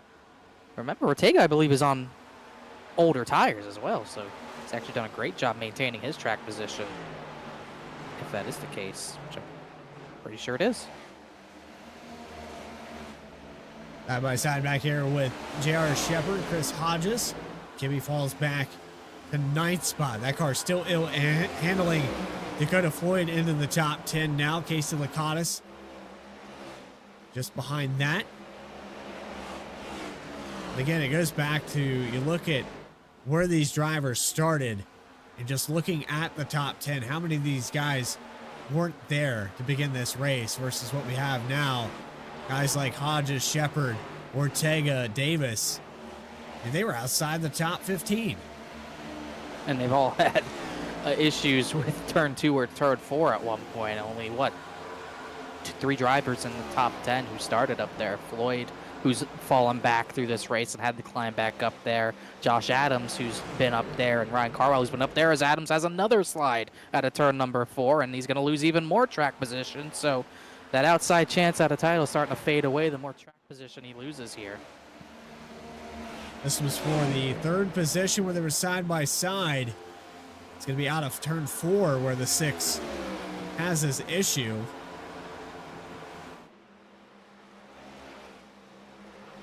Still haven't seen anyone hit it, but just kind of same thing he did earlier. Looks this time a little lower on the track. Not really seam related that time.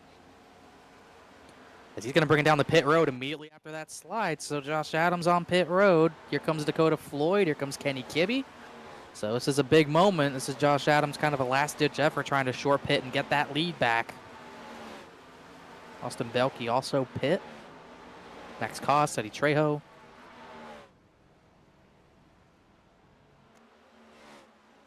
Jeff Wright down and away. He has finished his service.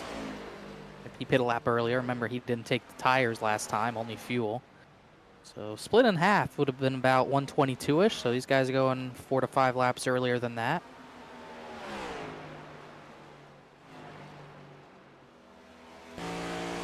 Well, Ryan Carlisle's been the best on the long run. I don't think I've seen a single mistake out of the exit. And this has been the best he's been all season at the right time, too, at the very end of the season. He can't win the title, literally mathematically, but he was only 44 behind, so he could get himself to a runner-up spot in points with a good run. And this is, as Happyak's going to pit from second, so now Carl's got to think about coming in next time possibly, but this is no doubt the best Ryan Carlisle's looked all season. Great long-run speed right now. Chad Klinger's out of the pits. It's like Coronis pit.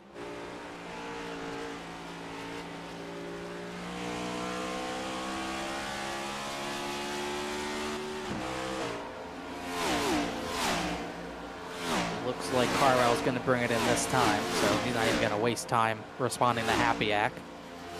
Carlisle's in. Stephen Davis was second, so he's going to come down. Should give the lead to, I think, J.R. Shepard. Joseph McWhorter's in.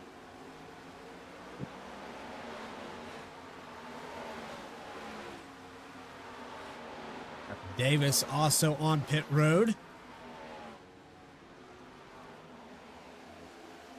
And there's J.R. Shepard leading right now with Reggie Ortega half a second behind him. Still cycling through. We have about 15 cars or so that have not hit pit road just yet. Brandon Wallace, the last of those cars. And he was in a direct battle with, oh, kite sliding. Kite. Oh, Jared Skinner. Oh, he's going to spin it. Does that trigger a yellow? It has not yet. He's just going to sit there. And I think he's low enough. It's not going to be a yellow. So we stay green. That probably paused everyone else from pitting who was on track right now. But I was gonna say Brandon Wallace was in a direct battle with that 24 for that 26th spot. That was so important. But I got interrupted by some spin. Says J.R. Shepard's gonna take this long.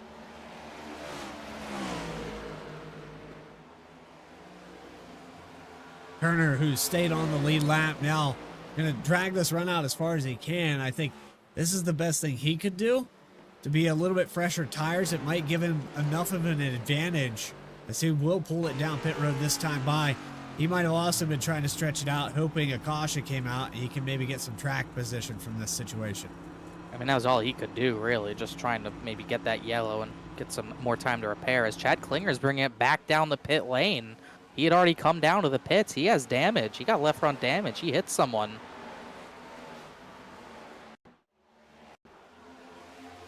I don't know if he hit someone who was pitting or what, but he did not have that left front damage out of the pits.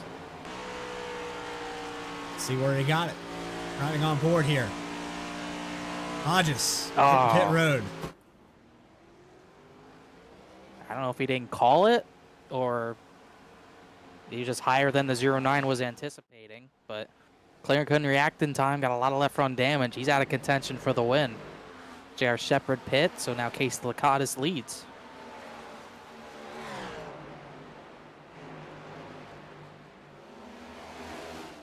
Lakatos 52 laps now on this stint. We went green for that amount of time. We have not hit, this is the first round of green flag pit stops tonight, Connor. And meanwhile, the battle for what would cycle out to be the lead is between Happyak, Adams, and Carlisle. And Happyak, teammate to Josh Adams, Juicy Spider teammates, staying ahead of that 6 car as Lakatos brings it in. Brandon Wallace looks to be, we'll see once he gets to pit entry. Caleb Weaver on pit low, but this would be the battle for the lead right now, these 3.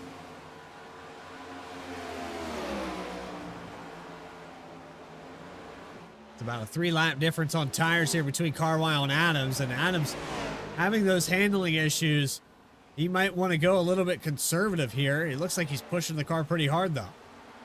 Well, he needs to lead laps. He still needs to pass James Lehman for most laps led, and he's not going to be doing it just riding and sitting here. So I don't know if he's thinking about title regardless of what's happened tonight, but he needs to get up there to try to pass that 0-5 laps led. But I think Carlisle's just better. But he's going to battle him. Well, you might want to voice that opinion with Nick Hapiak, who's a teammate who doesn't have a shot at this title. Maybe let the 06 know, hey, you know, I need to get up there and lead some laps to even have a shot at this thing.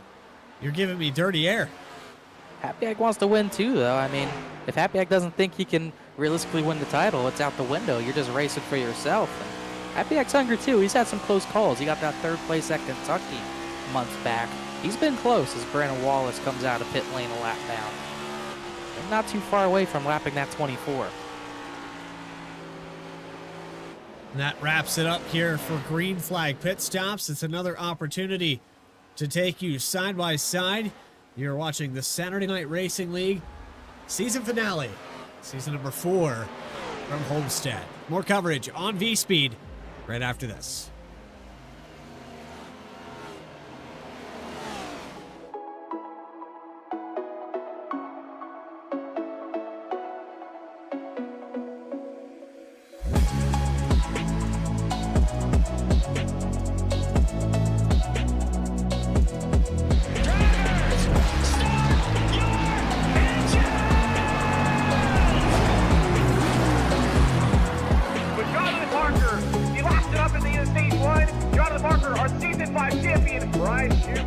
Is going to take the victory 128 laps without a pit stop. Donnie Kite's going to get through it all and score his first career win. Saturday Night Racing League and throwback at Charlotte goes to Josh Adams.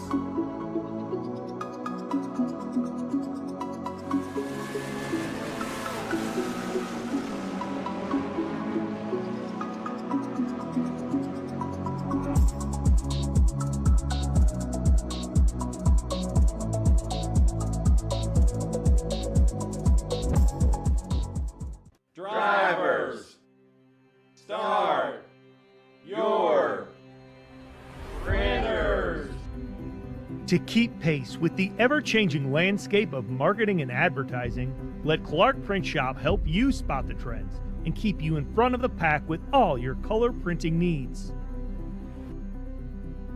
From business cards to invitations, menus to mugs, we can print anything you need on paper or your choice of over 3,000 promotional items. Visit www.clarkprintshop.com to browse our online catalog and place your order today, or call us at 276-889-3426. For a limited time, use the code iRacing for 23% off your first purchase. The staff at Clark Print Shop looks forward to handling all your color printing needs. In the heartland of our country, something magical is happening. At Walkin' and Rollin' Costumes, we know the power of community, of hands coming together to create wonders. These costumes are symbols of love, compassion, and inclusion. Your hands can craft dreams. Join us at Walkin' and Rollin' Costumes build events and be a part of something extraordinary.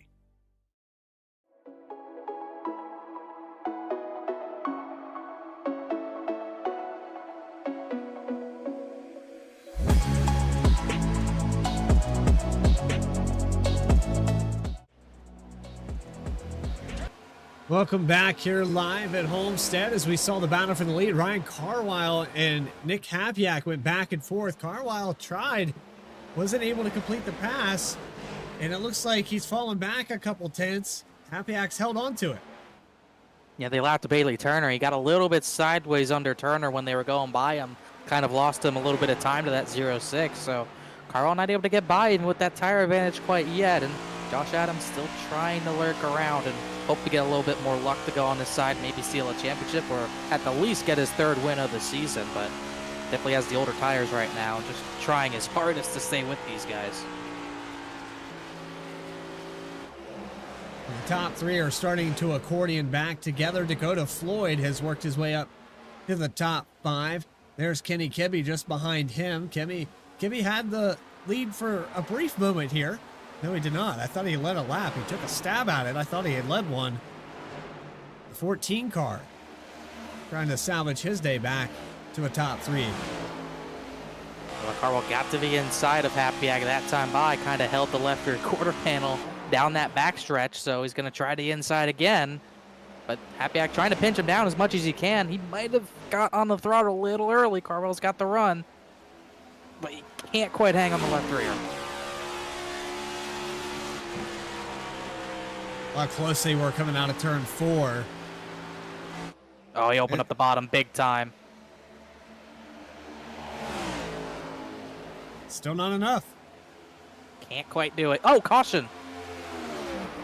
Caution is out, and it's for Elliott Butler.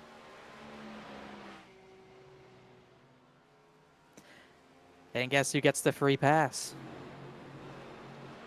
And I guess, right? Yours truly. This is what he needs. I mean, it's the only way he has a chance to come back. And, you know, the race is out of his hands. He needs everything to fall in his lap right now. Whereas, you know, he's been kind of in control of his season. This is one of those where anything could go wrong for him. And so this caution probably going to repair the last of that damage, puts him back on the lead lap. This is exactly what Bailey Turner needed. What timing on the yellow? I mean, Carwile just barely got the nose ahead at the right time. And it looks like was able to get that lead away. So that's a big moment in the race as well. It looked like Hapiak was ahead at the exact time of yellow, but those scoring loops go back further. As we'll see Elliott Butler, a little wiggle there, and crosses that seam, and looks like it happens out of turn 4, actually. So everyone brought it down to pit lane, so no drama there. You saw him wiggle 1 and 2, so you can imagine he's still going to be sliding that car, and there it goes. Did a good job kind of keeping it straight, but got that car sideways as Carwile just missed his stall live, but you could see how close it was once that yellow came out.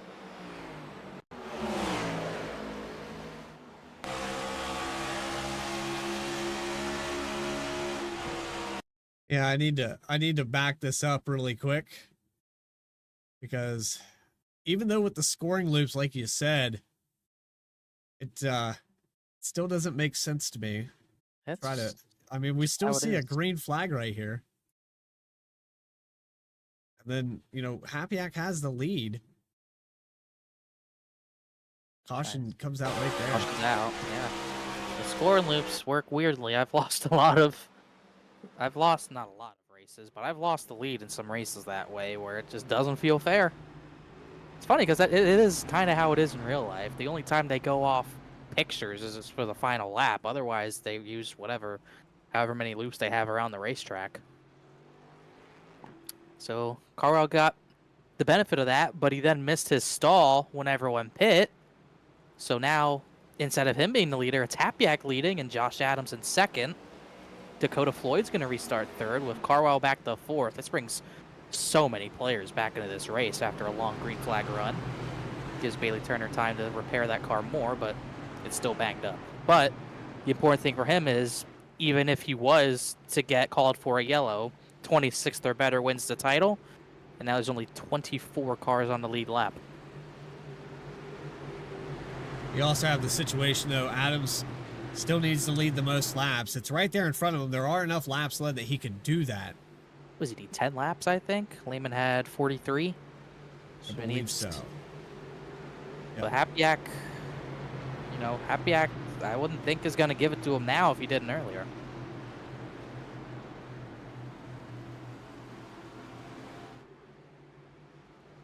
Well, this is one of those moments where you're on the radio with a teammate saying, if there's a situation where you feel loose, you feel tight, let me know. Let me get by. I'm trying to run away with this thing. This might be the only other opportunity he has. We've reset the field, and there's a lot of cars back here, like Jeff Wright, like Reggie Ortega, Kenny Kibbe, that are on fresh tires with about 46 laps to go. 26 laps to go. It's down to the wire now. Really down to the wire, but the restart was perfect for Nick Hapiak. He got away from everyone there, and Josh Adams did not have a good restart. He's going to lose maybe 2 or 3 positions as Dakota Floyd gets the second, and they're 3 wide for third. Into 3 and 4. Carwile in the middle. That's not what Adams wanted. No, that's not what he needed at all. 9 hit the wall, kept it straight. Oh, 26 spin! a kite. Hunter Senior too. Caution's out again. It almost doesn't even look real the way these cars slide sometimes. Does look weird. At least they don't grip roll like some cars do. It actually ended up being well timed for Josh Adams. I think he's going to get third out of that. You can tell 1 and 26 came together there.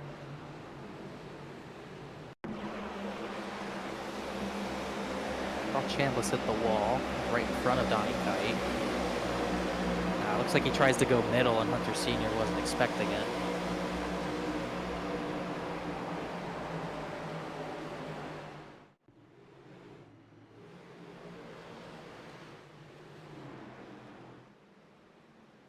Going to maintain the lead here for Nick Hapiak. I don't know how many tires any of these drivers have left. I think there's still one in the pits for some of these guys. I think that some of these guys definitely have at least 1 or 2 sets left, but unless you get, I think, a 15-lap run, you're probably not taking that. You're probably not coming back down the pit lane. Well, if I'm outside the top 10, I think I take him now, so that way if we have another short caution, I gain the track position. I don't get the way back, maybe. I don't know how worth it is. On Bailey Turner, why not? He's still got repairs to make. I don't think he's gonna. He might take a set here, but he's still got repairs to make. Chad Klinger took the wave around, so that's a big break for him. He's got, I believe, that car fully repaired, so maybe he can get back into the top 10. I believe Bryce Shoemaker gets the lucky dog. So it's kind of a double-edged sword for Turner. He gets more damage repair, but also more cars get back on the lead lap. Next in line to get the lucky dog would be Brandon Wallace, and then Jared Skinner just dropped out of the race, and now he's 3 laps down. So right now there's no one else behind Jared Skinner running, so if Skinner can't get back on the track, that should be title wrapped up.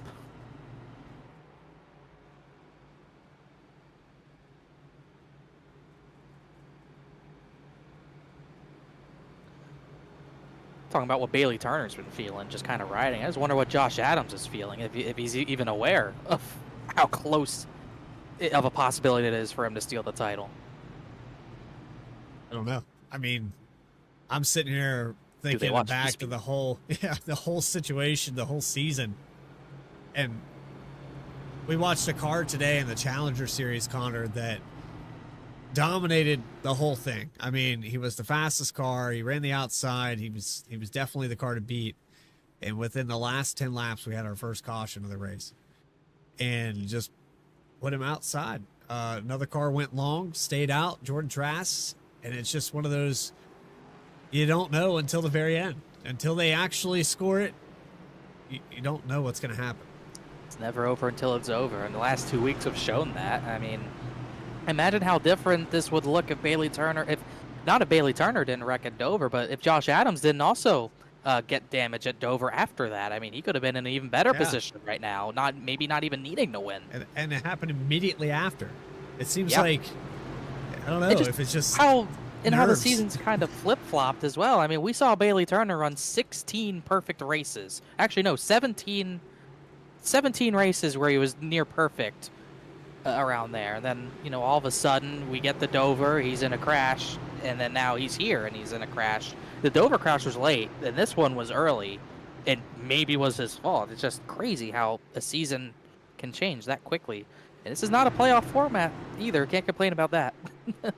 But just crazy, some perfect racing, and then last 2 weeks you can throw it away so easily. Base car is going to get out of the way. We're going to watch Barney the Flagman drop that green. 12 lead changes, 7 cautions, 8th time today, and we've got wheel spin from Ortega in the back of the field. He has big damage now on that front end. It almost looked like he was trying, I don't know what happened. That looked like people trying to time it. Now Ortega has pretty big damage. McWhorter with the restart violation.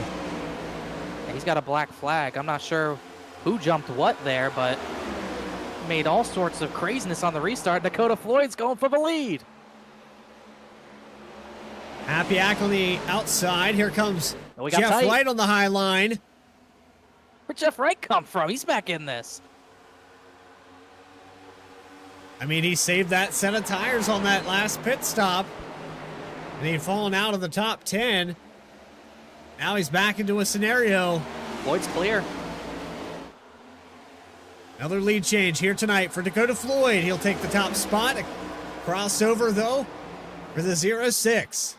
20 to go next time by. You got 4 or 6 drivers under a blanket. Any one of them can win it. Good 3 and 4 from Happyak gets them to lead back. And another caution, another crash at the back.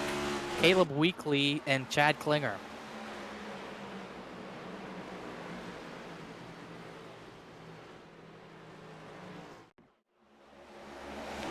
Like Angelo Hirona's got some damage out of it as well, and another victim to the seam monster.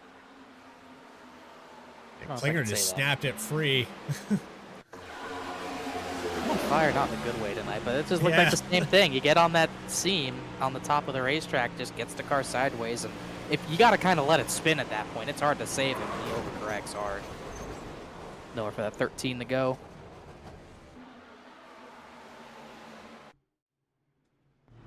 We were talking about the Cup Series talent versus the Challenger Series talent, but the amount of talent it takes to drive this car versus that B-Class car. Yeah, it's frustrating. You have a really tight race car at most places you go to. It's very rare that B car is loose.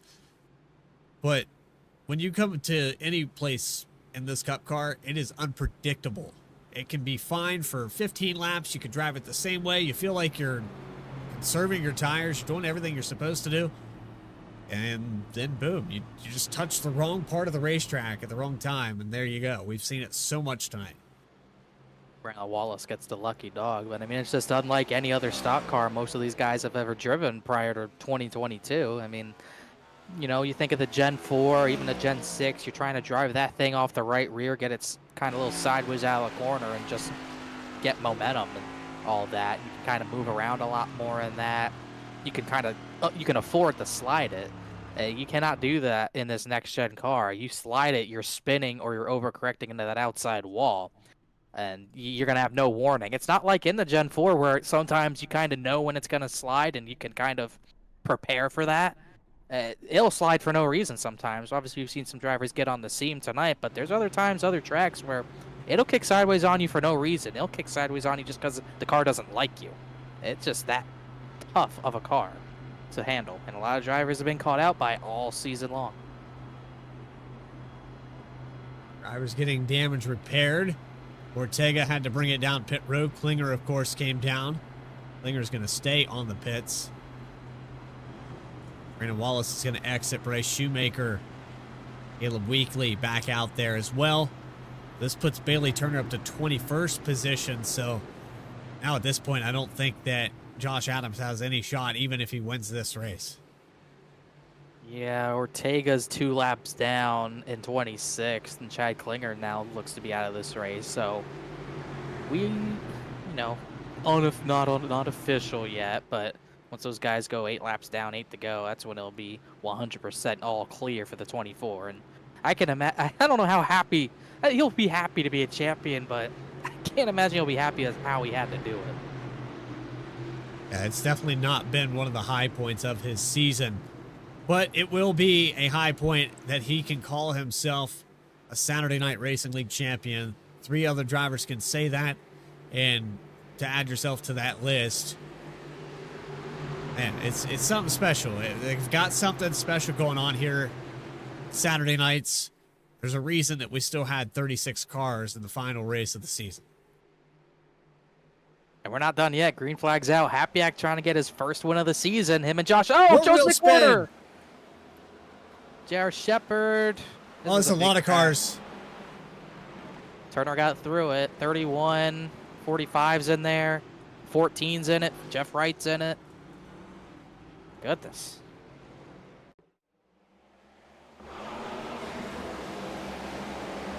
I think Jeff Wright might have caused that. I don't know what happened there. Watch this right here with the 48.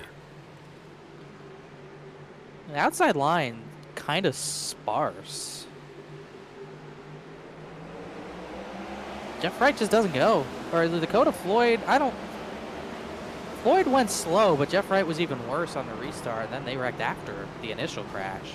You know, look at that overhead on his onboard. Would you like another look at the overhead, or you want an onboard? I don't know what tells the story. Let's get this first.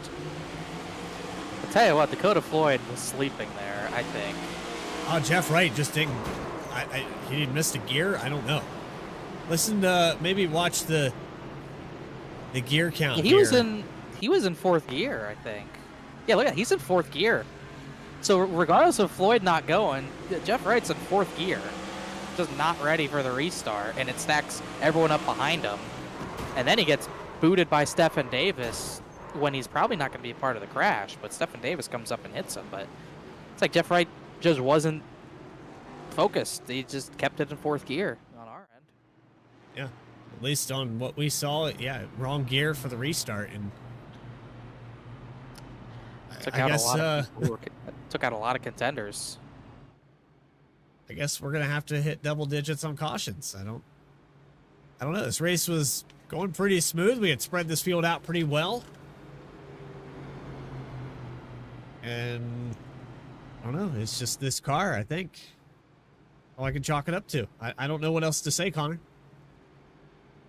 And it was really weird that Jeff Wright was going to get away with it, but Stephen Davis then came up the track and door slammed Jeff Wright. That's what got Jeff Wright and Kenny Kibbe involved after the fact. But that was probably our biggest one of the night as well. Joseph McWhorter, it's just, how many times do we have to just say it's the story of his season? This is one of the better runs of his season. Now he's got damage. You got Villalobos, who was in the top 10, maybe for the first time tonight. Damage. J.R. Shepard, third in points, got in that. Lakatos was in it. Hunter Sr. was in it. Donnie Kite, Shinosky, Belke. Bryce Shoemaker, who just got the Lucky Dog, was in it. I mean, that might have been a dozen cars. I mean, look at how little the field looks going into turn number 1. Yeah. Got maybe 13, 14 cars? 14 cars, somewhere around there. You got a whole conga line coming down the backstretch, getting repairs done. I don't know if it's just something to do with the update to this car, but Dover was kind of like this too, where we saw a very small amount of cars left at the end of this one. We got a small amount of laps left as well. We're just shy of 10 laps to go. And can we officially call it? I think at this point, it's pretty certain that Bailey Turner is going to have it. Almost certain, 25th, 26th, still 5-6 laps down. Almost certainly Bailey Turner should be our series champion regardless. But he's still going to try to get whatever he can, even with his car still being wounded. He's just got into the top 20, but we still got a race to sell at the front. Josh Adams, Nick Hapiak, teammates, time in a restart here. This could be Hapiak's first win of the season. 0-6 on the inside. Green flag back underway. Homestead hasn't settled it just yet. Belke's going to drop to the bottom. Here goes Hapiak into turn 1. Adams is not going on these restarts the way he needs to. As Hapiak gets away, Adams gets clear to second this time. Now Carl trying to recover from that poor pit stop, trying to get third away. 45, 60, they're all sliding. It's going to be another yellow. Big crash down the backstretch, and Bailey Turner barely avoids it. 98 again, 45 and 60 all in it. Goodness.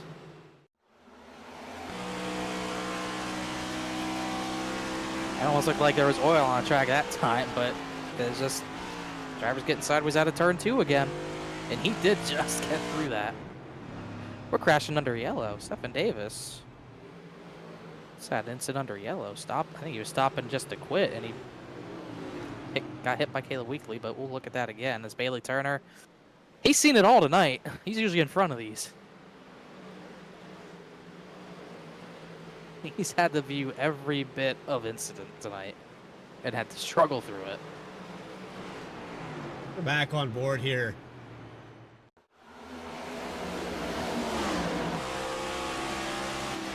Cars everywhere. Just hit the brakes, don't get hit from behind, and just hope a gap forms, and it finally did at the last second.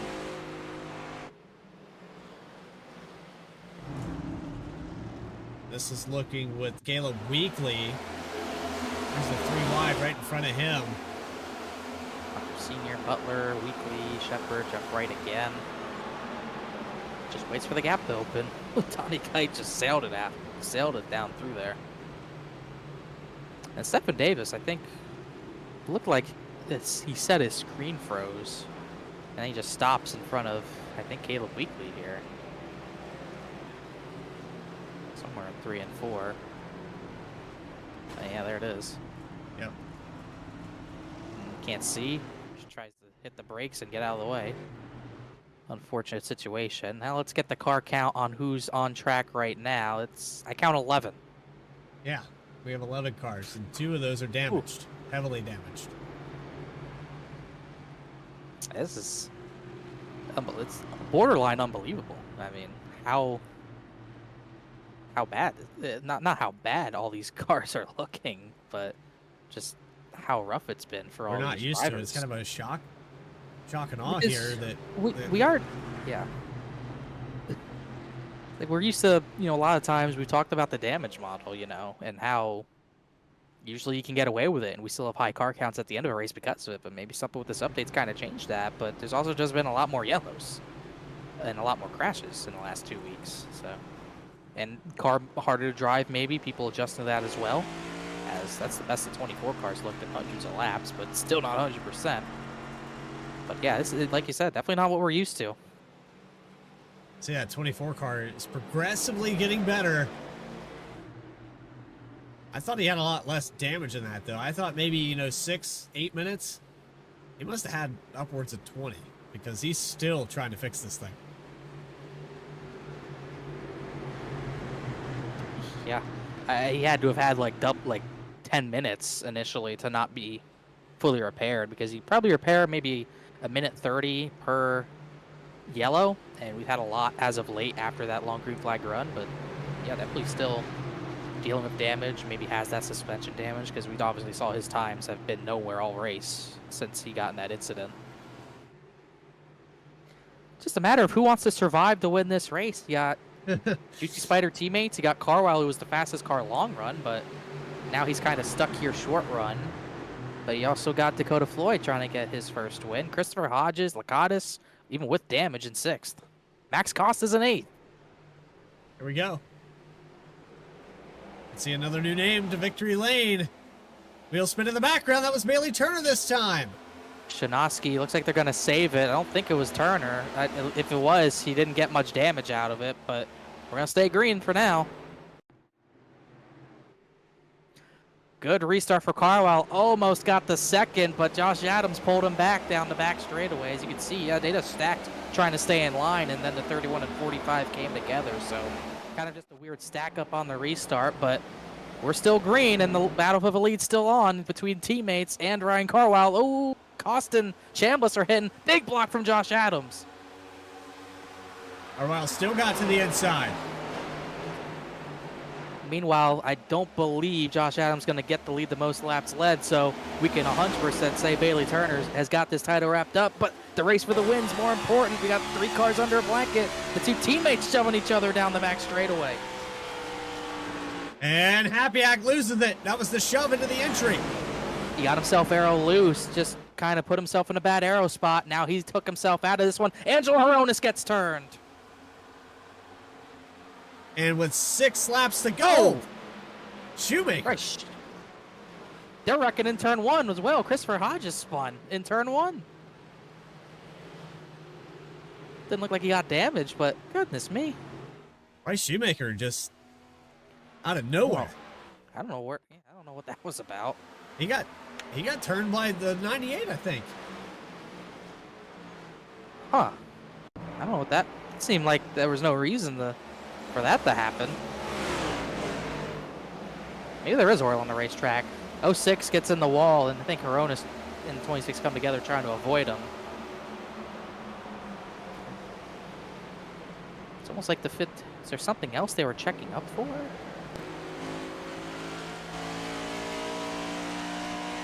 I couldn't tell why. I mean, 54 is checking up because there's an incident.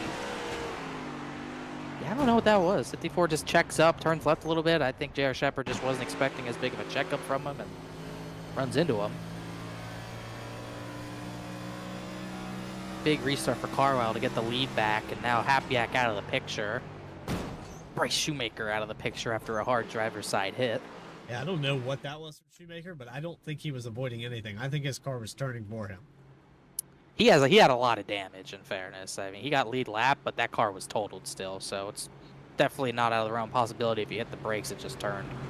And something else that we need to go back and watch there is with the 06 of Hapiak. He had his teammate giving him a push there into the entry of the corner. Watch this going into the entry of 3 and 4. He's getting a push here from Adams. And you can see how upset that car was as soon as it entered the bottom of the racetrack. He never had control of that car. It's almost like the same thing we saw once again with the 24 and 05 earlier. Maybe not directly hitting him into the corner, but shoving him that far into the corner, being right on the rear bumper, just enough issues with the aero on that car put on the spoiler, the 06, to the point where he just didn't have any grip, had no rear stability.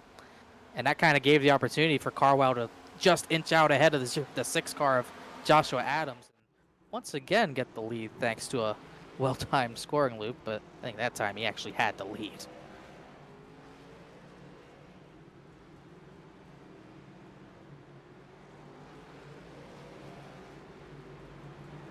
If you're still with us in chat right now, this is an asterisk to the entire season. We've had quality racing. This one might go down as one of those meme races for Saturday Night Racing League because of the fact we have our championship contenders having issues all night long. Every person that's led this race has had a problem at some point. And I think you could chalk it up to the new handling of this car and a multitude of other things. Plus, it's the last race of the season. Why not go for it? I don't want to jinx anyone else, but there might only be 3 or 4 cars that haven't been involved in something tonight. And now we got maybe a 4-lap sprint to the finish to end this season. Yeah. It's not over. And I guarantee you these guys are going to use these cars to the very end, to the very limit. Oh, Josh Adams going to get it as aggressive as he can, try to get this win, no doubt. But he has not been getting good restarts. Green flag back underway. Carlisle gets a big jump here. Here comes Floyd to the inside. 4 to go. I just look 3 wide top. It's not going to work, but keeping those 2 side by side for seconds, a pretty big deal for Carlisle. Floyd good run on the bottom, trying to clear that 6, just couldn't quite do it. J.R. Shepard sliding, another spin at the back, another crash, and we'll have a green-white checker. Brandon Wallace, Julio Villalobos, Jeff Wright, Caleb Weekly.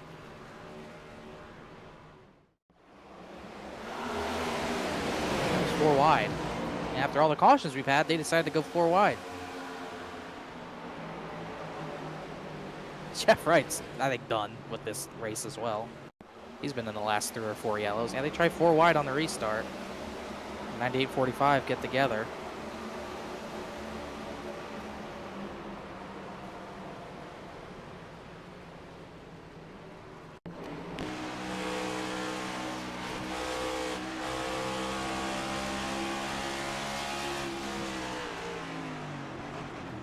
There's not much to say about that besides they tried 4 wide and it didn't work.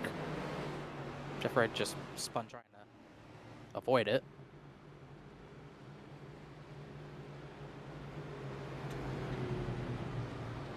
Well, I guess green, white, checkered. Connor? Yeah. I wouldn't be surprised if we use another. Yeah, we got 3 of them. Why not? We were running out of cars to do it with, though. So. Yeah, we clearly have enough cars to wreck, though. But we got a new car on the front row. Dakota Floyd got 2nd away there. Josh Adams fell to 3rd. Hodges is still 4th.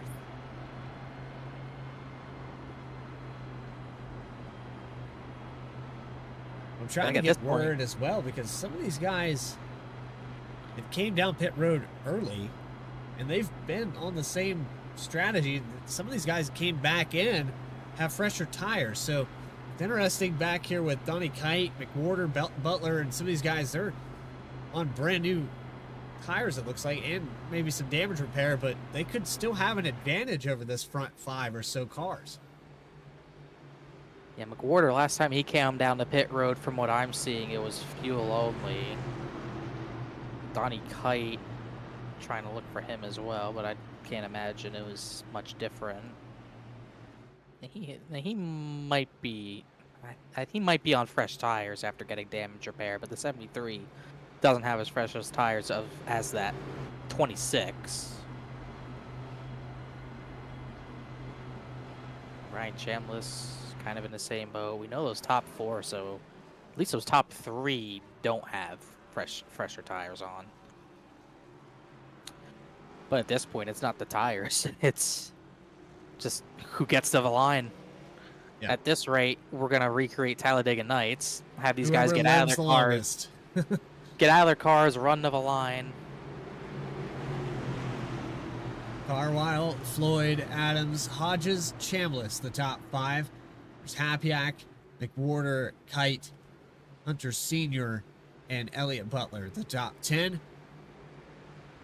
Your championship with Bailey Turner is sitting in 20th position right now on the lead lap, has most of that damage repaired. He stands to gain. He's actually going back out on the racetrack. Looks like car's clean. He might be racing now for 2 laps. Maybe. I don't know. I think I'd just avoid it. I'm going to stay back and just avoid it. Well, title's In locked case- up, so he can go crazy now. Just don't cause anything else. Potentially. I think he is just going to sit behind all this. Carlisle, Floyd, Adams. Who wins it? Here we go with another restart. First green-white checkered attempt here at Homestead in the season 4 finale. Adams gets a good restart to the inside of Floyd going into turn 1. That was the restart he needed. Was able to sit behind him and time it a little bit better, but now he needs to keep that 57 behind him. They're almost running each other over back here again. They're going to look 4 wide. They are 4 wide. Some of the same didn't- characters in there, too. Yeah, it Oh. didn't work last time. Adams tried the top side. They're going to get to the white Chastain flag. on the outside there, riding the wall. White flag, 1 to go. Adams tried the top at 3 and 4. He's going to try it again, try to get that run into 3. He's in the wall a little bit. It's going to take one heck of a run down the backstretch. He will have it here. Carlisle trying to break the draft. He's going to try to top again. He's going to try. He's going to try to maybe Chastain it. I don't think it's going to get them there, though. And off of turn 4, the final time for the first green-white checkered in the final race of the season. Ryan Carlisle is going to find his way to victory lane. 25 laps led after starting on the front row. The 71 does it again. And Bailey Turner got the 15th position. He is the Season 4 Saturday Night Racing League champion, the 4th different champion in as many seasons. What a way to end the season. First time winner, first time champion.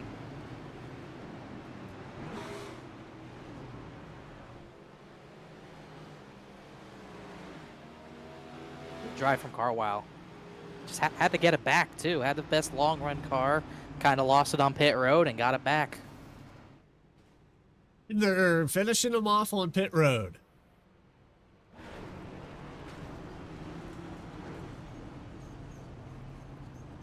There's your race winner,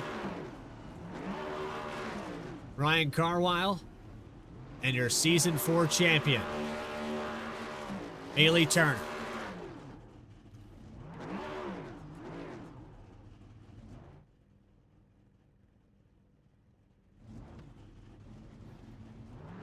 That's what we've been waiting for, the duel and burnouts. Oh, they've tried. They tried. Bailey's wheel's still not straight. No. The fact they got a top 15 after all that is insane. You gotta persevere if you want to win a title, though. I'm going to say race interviews with your top 3. those final race results and a little chat with your champion, Bailey Turner, going to join us up in the booth here momentarily. Season 4 has concluded. More coverage on VSPEED right after this.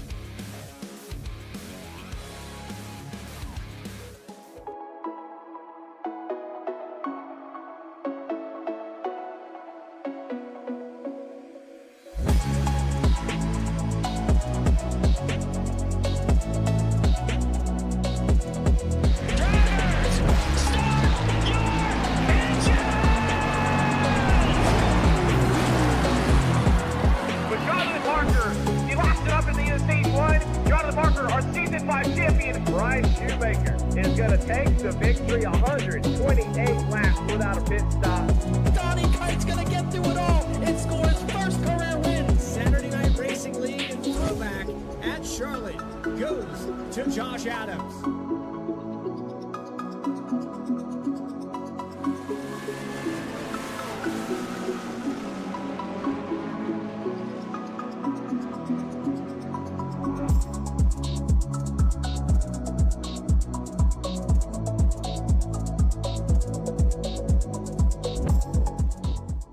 Drivers, start your printers.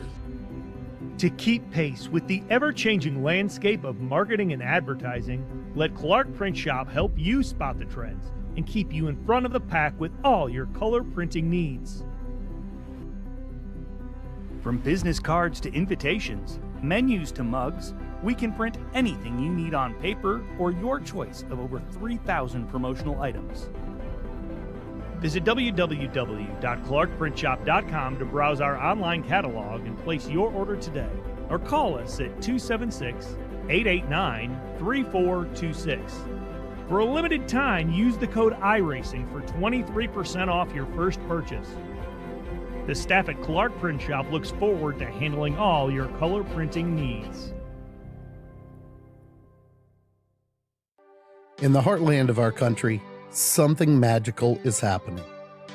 At Walkin' and Rollin' Costumes, we know the power of community, of hands coming together to create wonders. These costumes are symbols of love, compassion, and inclusion. Your hands can craft dreams. Join us at Walkin' and Rollin' Costumes build events and be a part of something extraordinary. We're back here at Homestead, Miami, where we have concluded season number 4 and the last race of the season, 169 laps into overtime here tonight. It was a little bit caution playing. 12 cautions, 15 lead changes. You never knew who was actually going to wrap this thing up. And at one point, we didn't even know who the champion was going to be. I got that close all the way to the end of this event. But those final results coming up on the screen. It is confirmed. Bailey Turner is your Season 4 champion. Ryan Carwile gets the win. Josh Adams, who led some laps tonight, got close to that victory. Just couldn't make up that deficit of 35 points coming into tonight. He'll finish in second spot. Dakota Floyd with a top 3 here, 57, on the momentum train in the Cup Series. Chris Hodges with a top 5. Excellent finish for him in the 51. Nick Hapiak falls back to 5th. He led some laps as well tonight. Donnie Kite, one of those juicy spider cars, ending up in this top 10. Brian Chambliss, 7th spot. Joseph McWhorter, for all the things that happened to him tonight, he gets 8th. Angelo Horonis and Elliot Butler rounding out the top 10.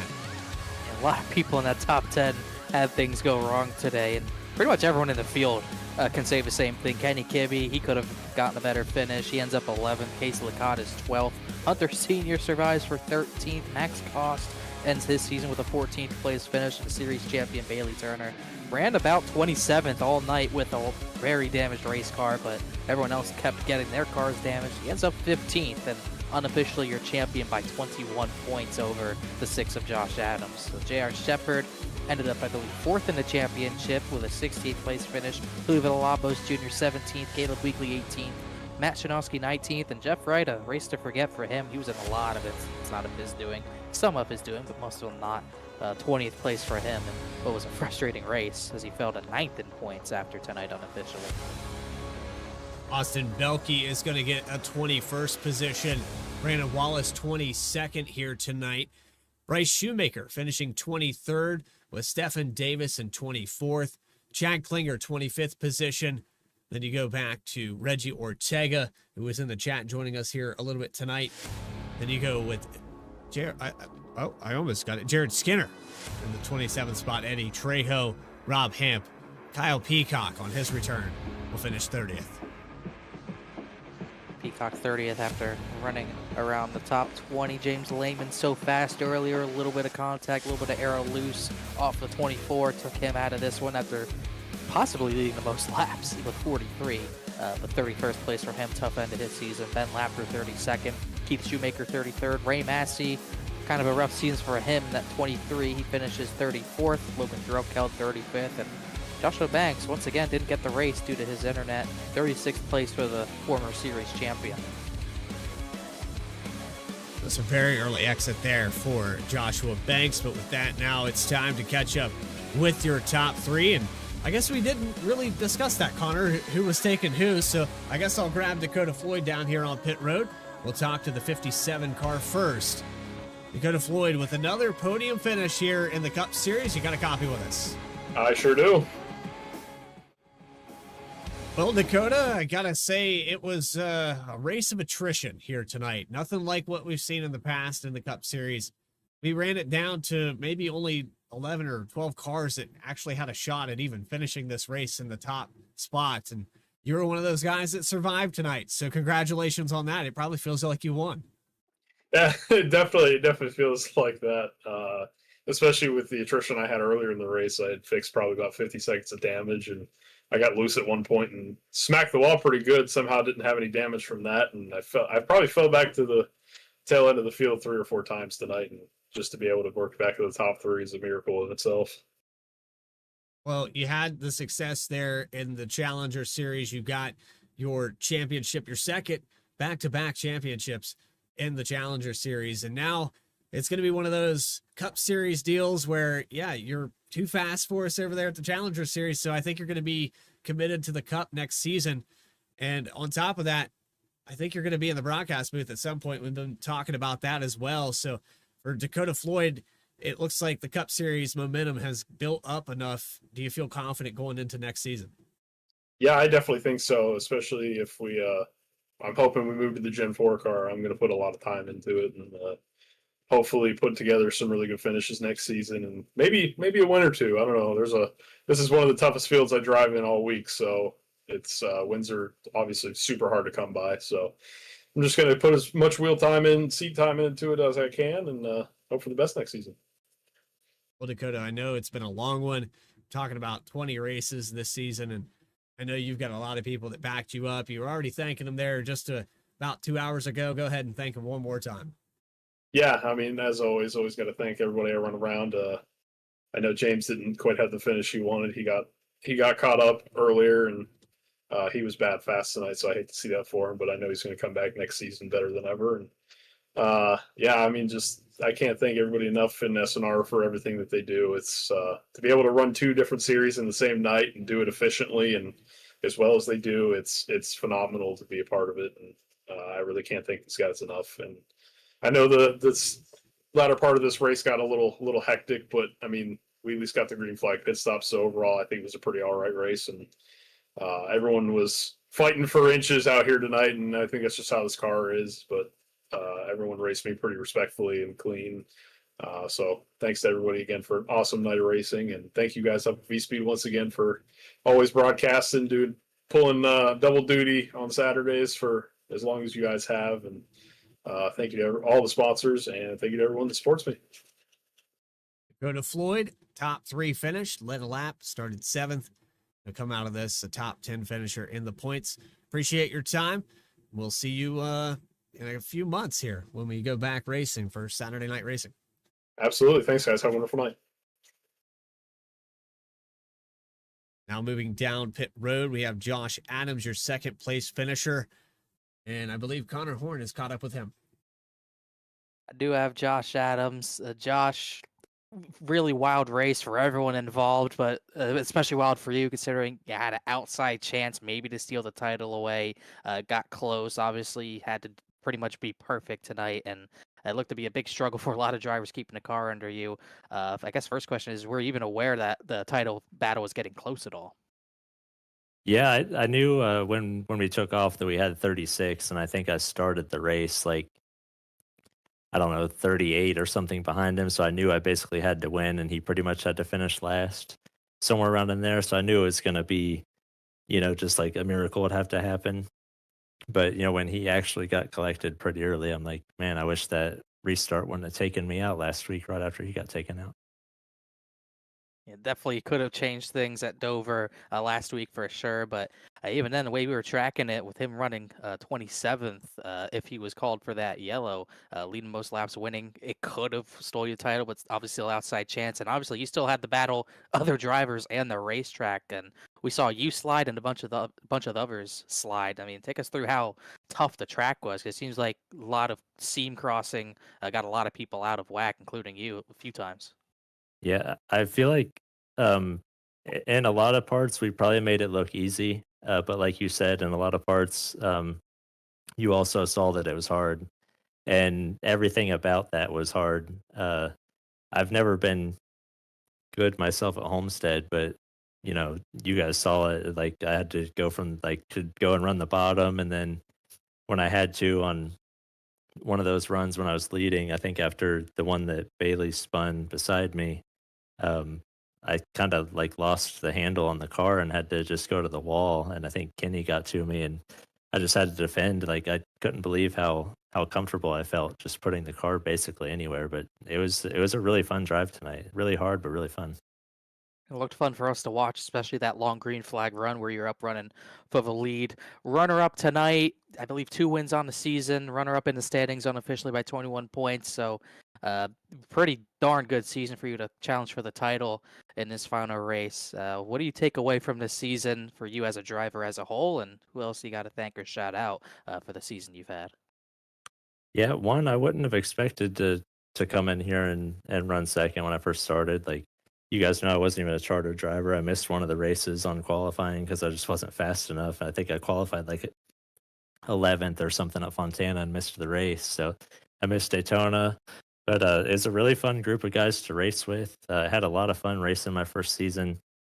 I feel like I've known a lot of these guys just from, official racing, on iRacing, being on here for a long time. So like I knew it was going to be pretty clean, but um, I'm definitely happy coming away second. Bailey ran a really good season. I felt like I was maybe a close second or third, maybe behind him. I know Jeff was really fast a lot of weeks too, but I think consistently I was right there around second or third, just on pace most of the season. So it was definitely a great accomplishment to come out second, and I'm glad to finish second behind such a dominant season that Bailey had. He definitely deserved that one. And anyone else you want to thank or shout out? Oh yeah, first I gotta apologize to my teammate Nick. I was trying to help him hold off Ryan there with a few restarts to go, and I think I just pushed him a little bit too far into turn 3, just trying to help him. So apologize to him, and I know his mom was probably watching, so she definitely wanted him to win. And but just all the guys at Juicy Spider, they got me into this thing a couple weeks after it started, and if they wouldn't have found this place, I wouldn't have found it. And I thank them for being able to come here, have a lot of fun. Jeff and all the admins for putting on such a great place to race, and then you guys at VSPEED give us a great product to go back and watch, after every race. So I always look forward to that, and I think this will be another good one to do that. I will definitely be rewatching this one for a few times at least. Josh, runner up tonight, 2 wins on the season, like I said, and runner up in the title. Congrats on a solid season. Hope we see you in season 5. Thank you guys. Thank you. And his runner up in the title, Josh Adams, getting out of here with a second place finish. He came up just short of Ryan Carwile, and I believe Bradley Cooper is down there with the 12th different multi-race winner in Saturday Night Racing League's history. Yes, and it would be the first win of season number 4 for Ryan Carwile. You've came close a few times this season. Finally, you put yourself in victory lane, and it comes right at the tail end of this one. But Ryan, it was no give me. At any point here, you could have touched the wrong part of the racetrack, or you could have sneezed, I think, and thrown this car into the wall. Yeah, for sure. I mean, with the different lanes and all that, and the seams, yeah, you can definitely get loose. And I got a few free spots that way, so that was nice. On top of that, we go to this venue, starting this race out. You started up on the front row, but then quickly it seemed like everybody was trying different lines. We're still experimenting with this car, and how much does that factor in, especially to the tail end of this race where we had all of those restarts? Yeah, it was a big factor. I mean, the track was like a lot tighter in the race than it was in practice, so I was thinking trying to protect the right rear, but that didn't work out, and I dropped like a rock. But yeah, definitely. I thought the bottom was faster, but you could definitely use the top to get a run and pass somebody that way, and it was really hard to pass on the bottom if someone was up top. So it was a lot of fun. A lot of different lines, like you said. Finally, Ryan, you put yourself in a list of drivers, multi-time winner in the history. You got a victory, I believe it was season 3. You have to refresh my memory on that. Going back, maybe season 2. It's been a while that we've had you up in victory lane, but you've had success in SNR before. You've definitely been a fast car, and coming into the standings tonight, you were top 5 in points, so you definitely had the potential to win. Yeah, for sure. I think it was season 2 at Old Atlanta. I think I did like the one time I ever do fuel mileage, I managed to win. So that was a lot of fun. Yeah, I mean, it's really hard to win a race. I mean, you gotta enjoy it, especially with a lot of the good drivers. And some of the guys I was battling with, Josh and Nick, and like tons of people in the field that are really hard to beat. So it was I'm really proud of this. Anybody else you want to shout out while we have you up here? I'll just shout out the admin team and all the other drivers I didn't name for a really fun season. All right, Carwile, thank you for your time. Congratulations on this victory, and we look forward to seeing you in season number 5 when we get around to it in just a couple months' time. Sounds good. Thanks. There he is, victory lane. Ryan Carwile finds his way over there in that VT number 71. Finally, that brings us to our champion, Connor Horn. I know you've been excited. You've been waiting for this since Daytona to talk to this guy and tell him that he's a champion. So the floor's all yours. You've got him, Bailey Turner.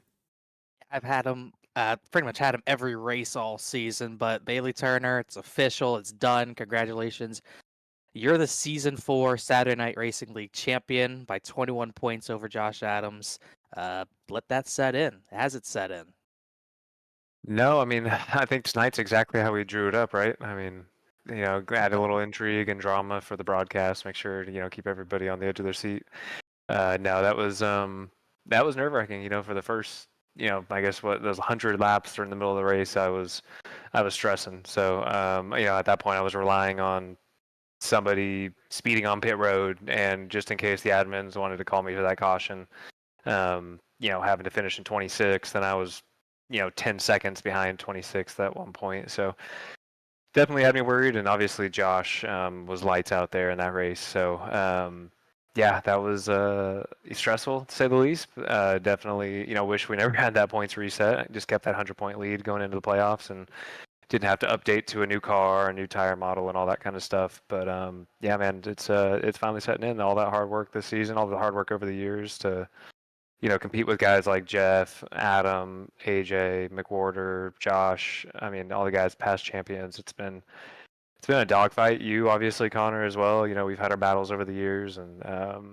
you've made me a better driver as far as this car and learning this and being your teammate over an area. So, huge thank you to you and kind of everybody else that's made this happen. And definitely, it's been a pretty long road to get this title. I don't know if I don't believe you have another. I'm not sure if you have another title in another series. But so this is a big one, regardless, with the special paint scheme. But I mean, you even said it there how nerve-wracking it was. You ran 27th out of a race with a lot of damage after the incident with the 0.5 and a few others. Obviously, not much you could do. How aware were you of how close it really was with the 6 at the front?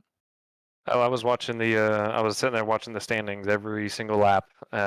Also, while trying not to wreck myself because the car was just, terrible to drive there for 8 minutes of optional damage throughout the middle part of that race. And yeah, like I said, just was sitting there on the edge of my seat. Knew there was nothing I could really do. It was basically, all right, we've already made a mistake at one point in this race. Don't make another one. So getting in and off the pit road clean and making sure to, try to hold Brandon Wallace off for the whole middle part of the race, which was tough enough just for that.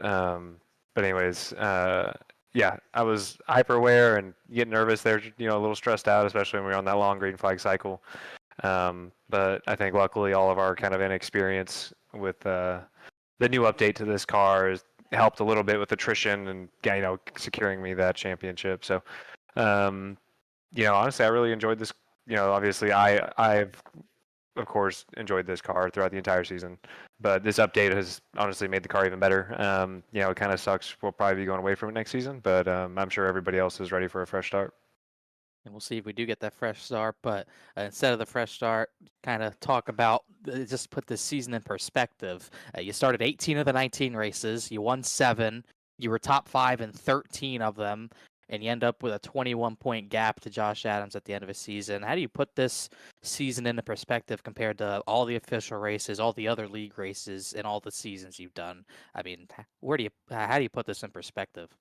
I would definitely, of course, say luck came into part of that. I've learned a lot as far as this car from, like I said, racing with you in area.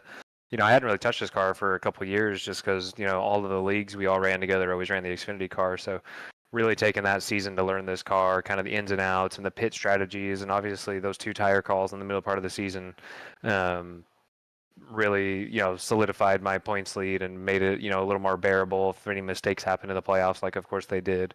But I also think of all those times the races got away. I could think of, Kentucky, and a couple of the races where wrecks happened, where we run in top 3. So, really happy, obviously, with how the season turned out, but you always think about those ones that also slipped away a little bit. But yeah, I mean, obviously, 7 or 8 wins or whatever it was, and all the top 5s, all the top 10s. It's been my best season by far. So, yeah, it just feels like a culmination of a lot of hard work. Obviously, I think I still have some room to improve in other areas, so we're gonna keep working at it and hopefully make another run at it next season. Well, you're second in a lot of categories after this season you've had. You're second to Jeff Wright in wins, I believe top 5s and top 10s. You have 12 now. He has 15. You join Wright, you join McWhorter, you join Banks as series champion. Still haven't had that repeat champion. So I'll ask you 2 questions. Obviously, who else you want to thank or shout out? And the second question is, we asked this to Banks last year. Will you be the first repeat champion? Yeah, first part of that, huge thank you to obviously everybody over there at Sad Boys. It's always fun having those guys every Saturday night, hanging out, whether it's here or in other leagues. We've all kept a pretty tight-knit circle. Gosh, this is like 5 years or so now.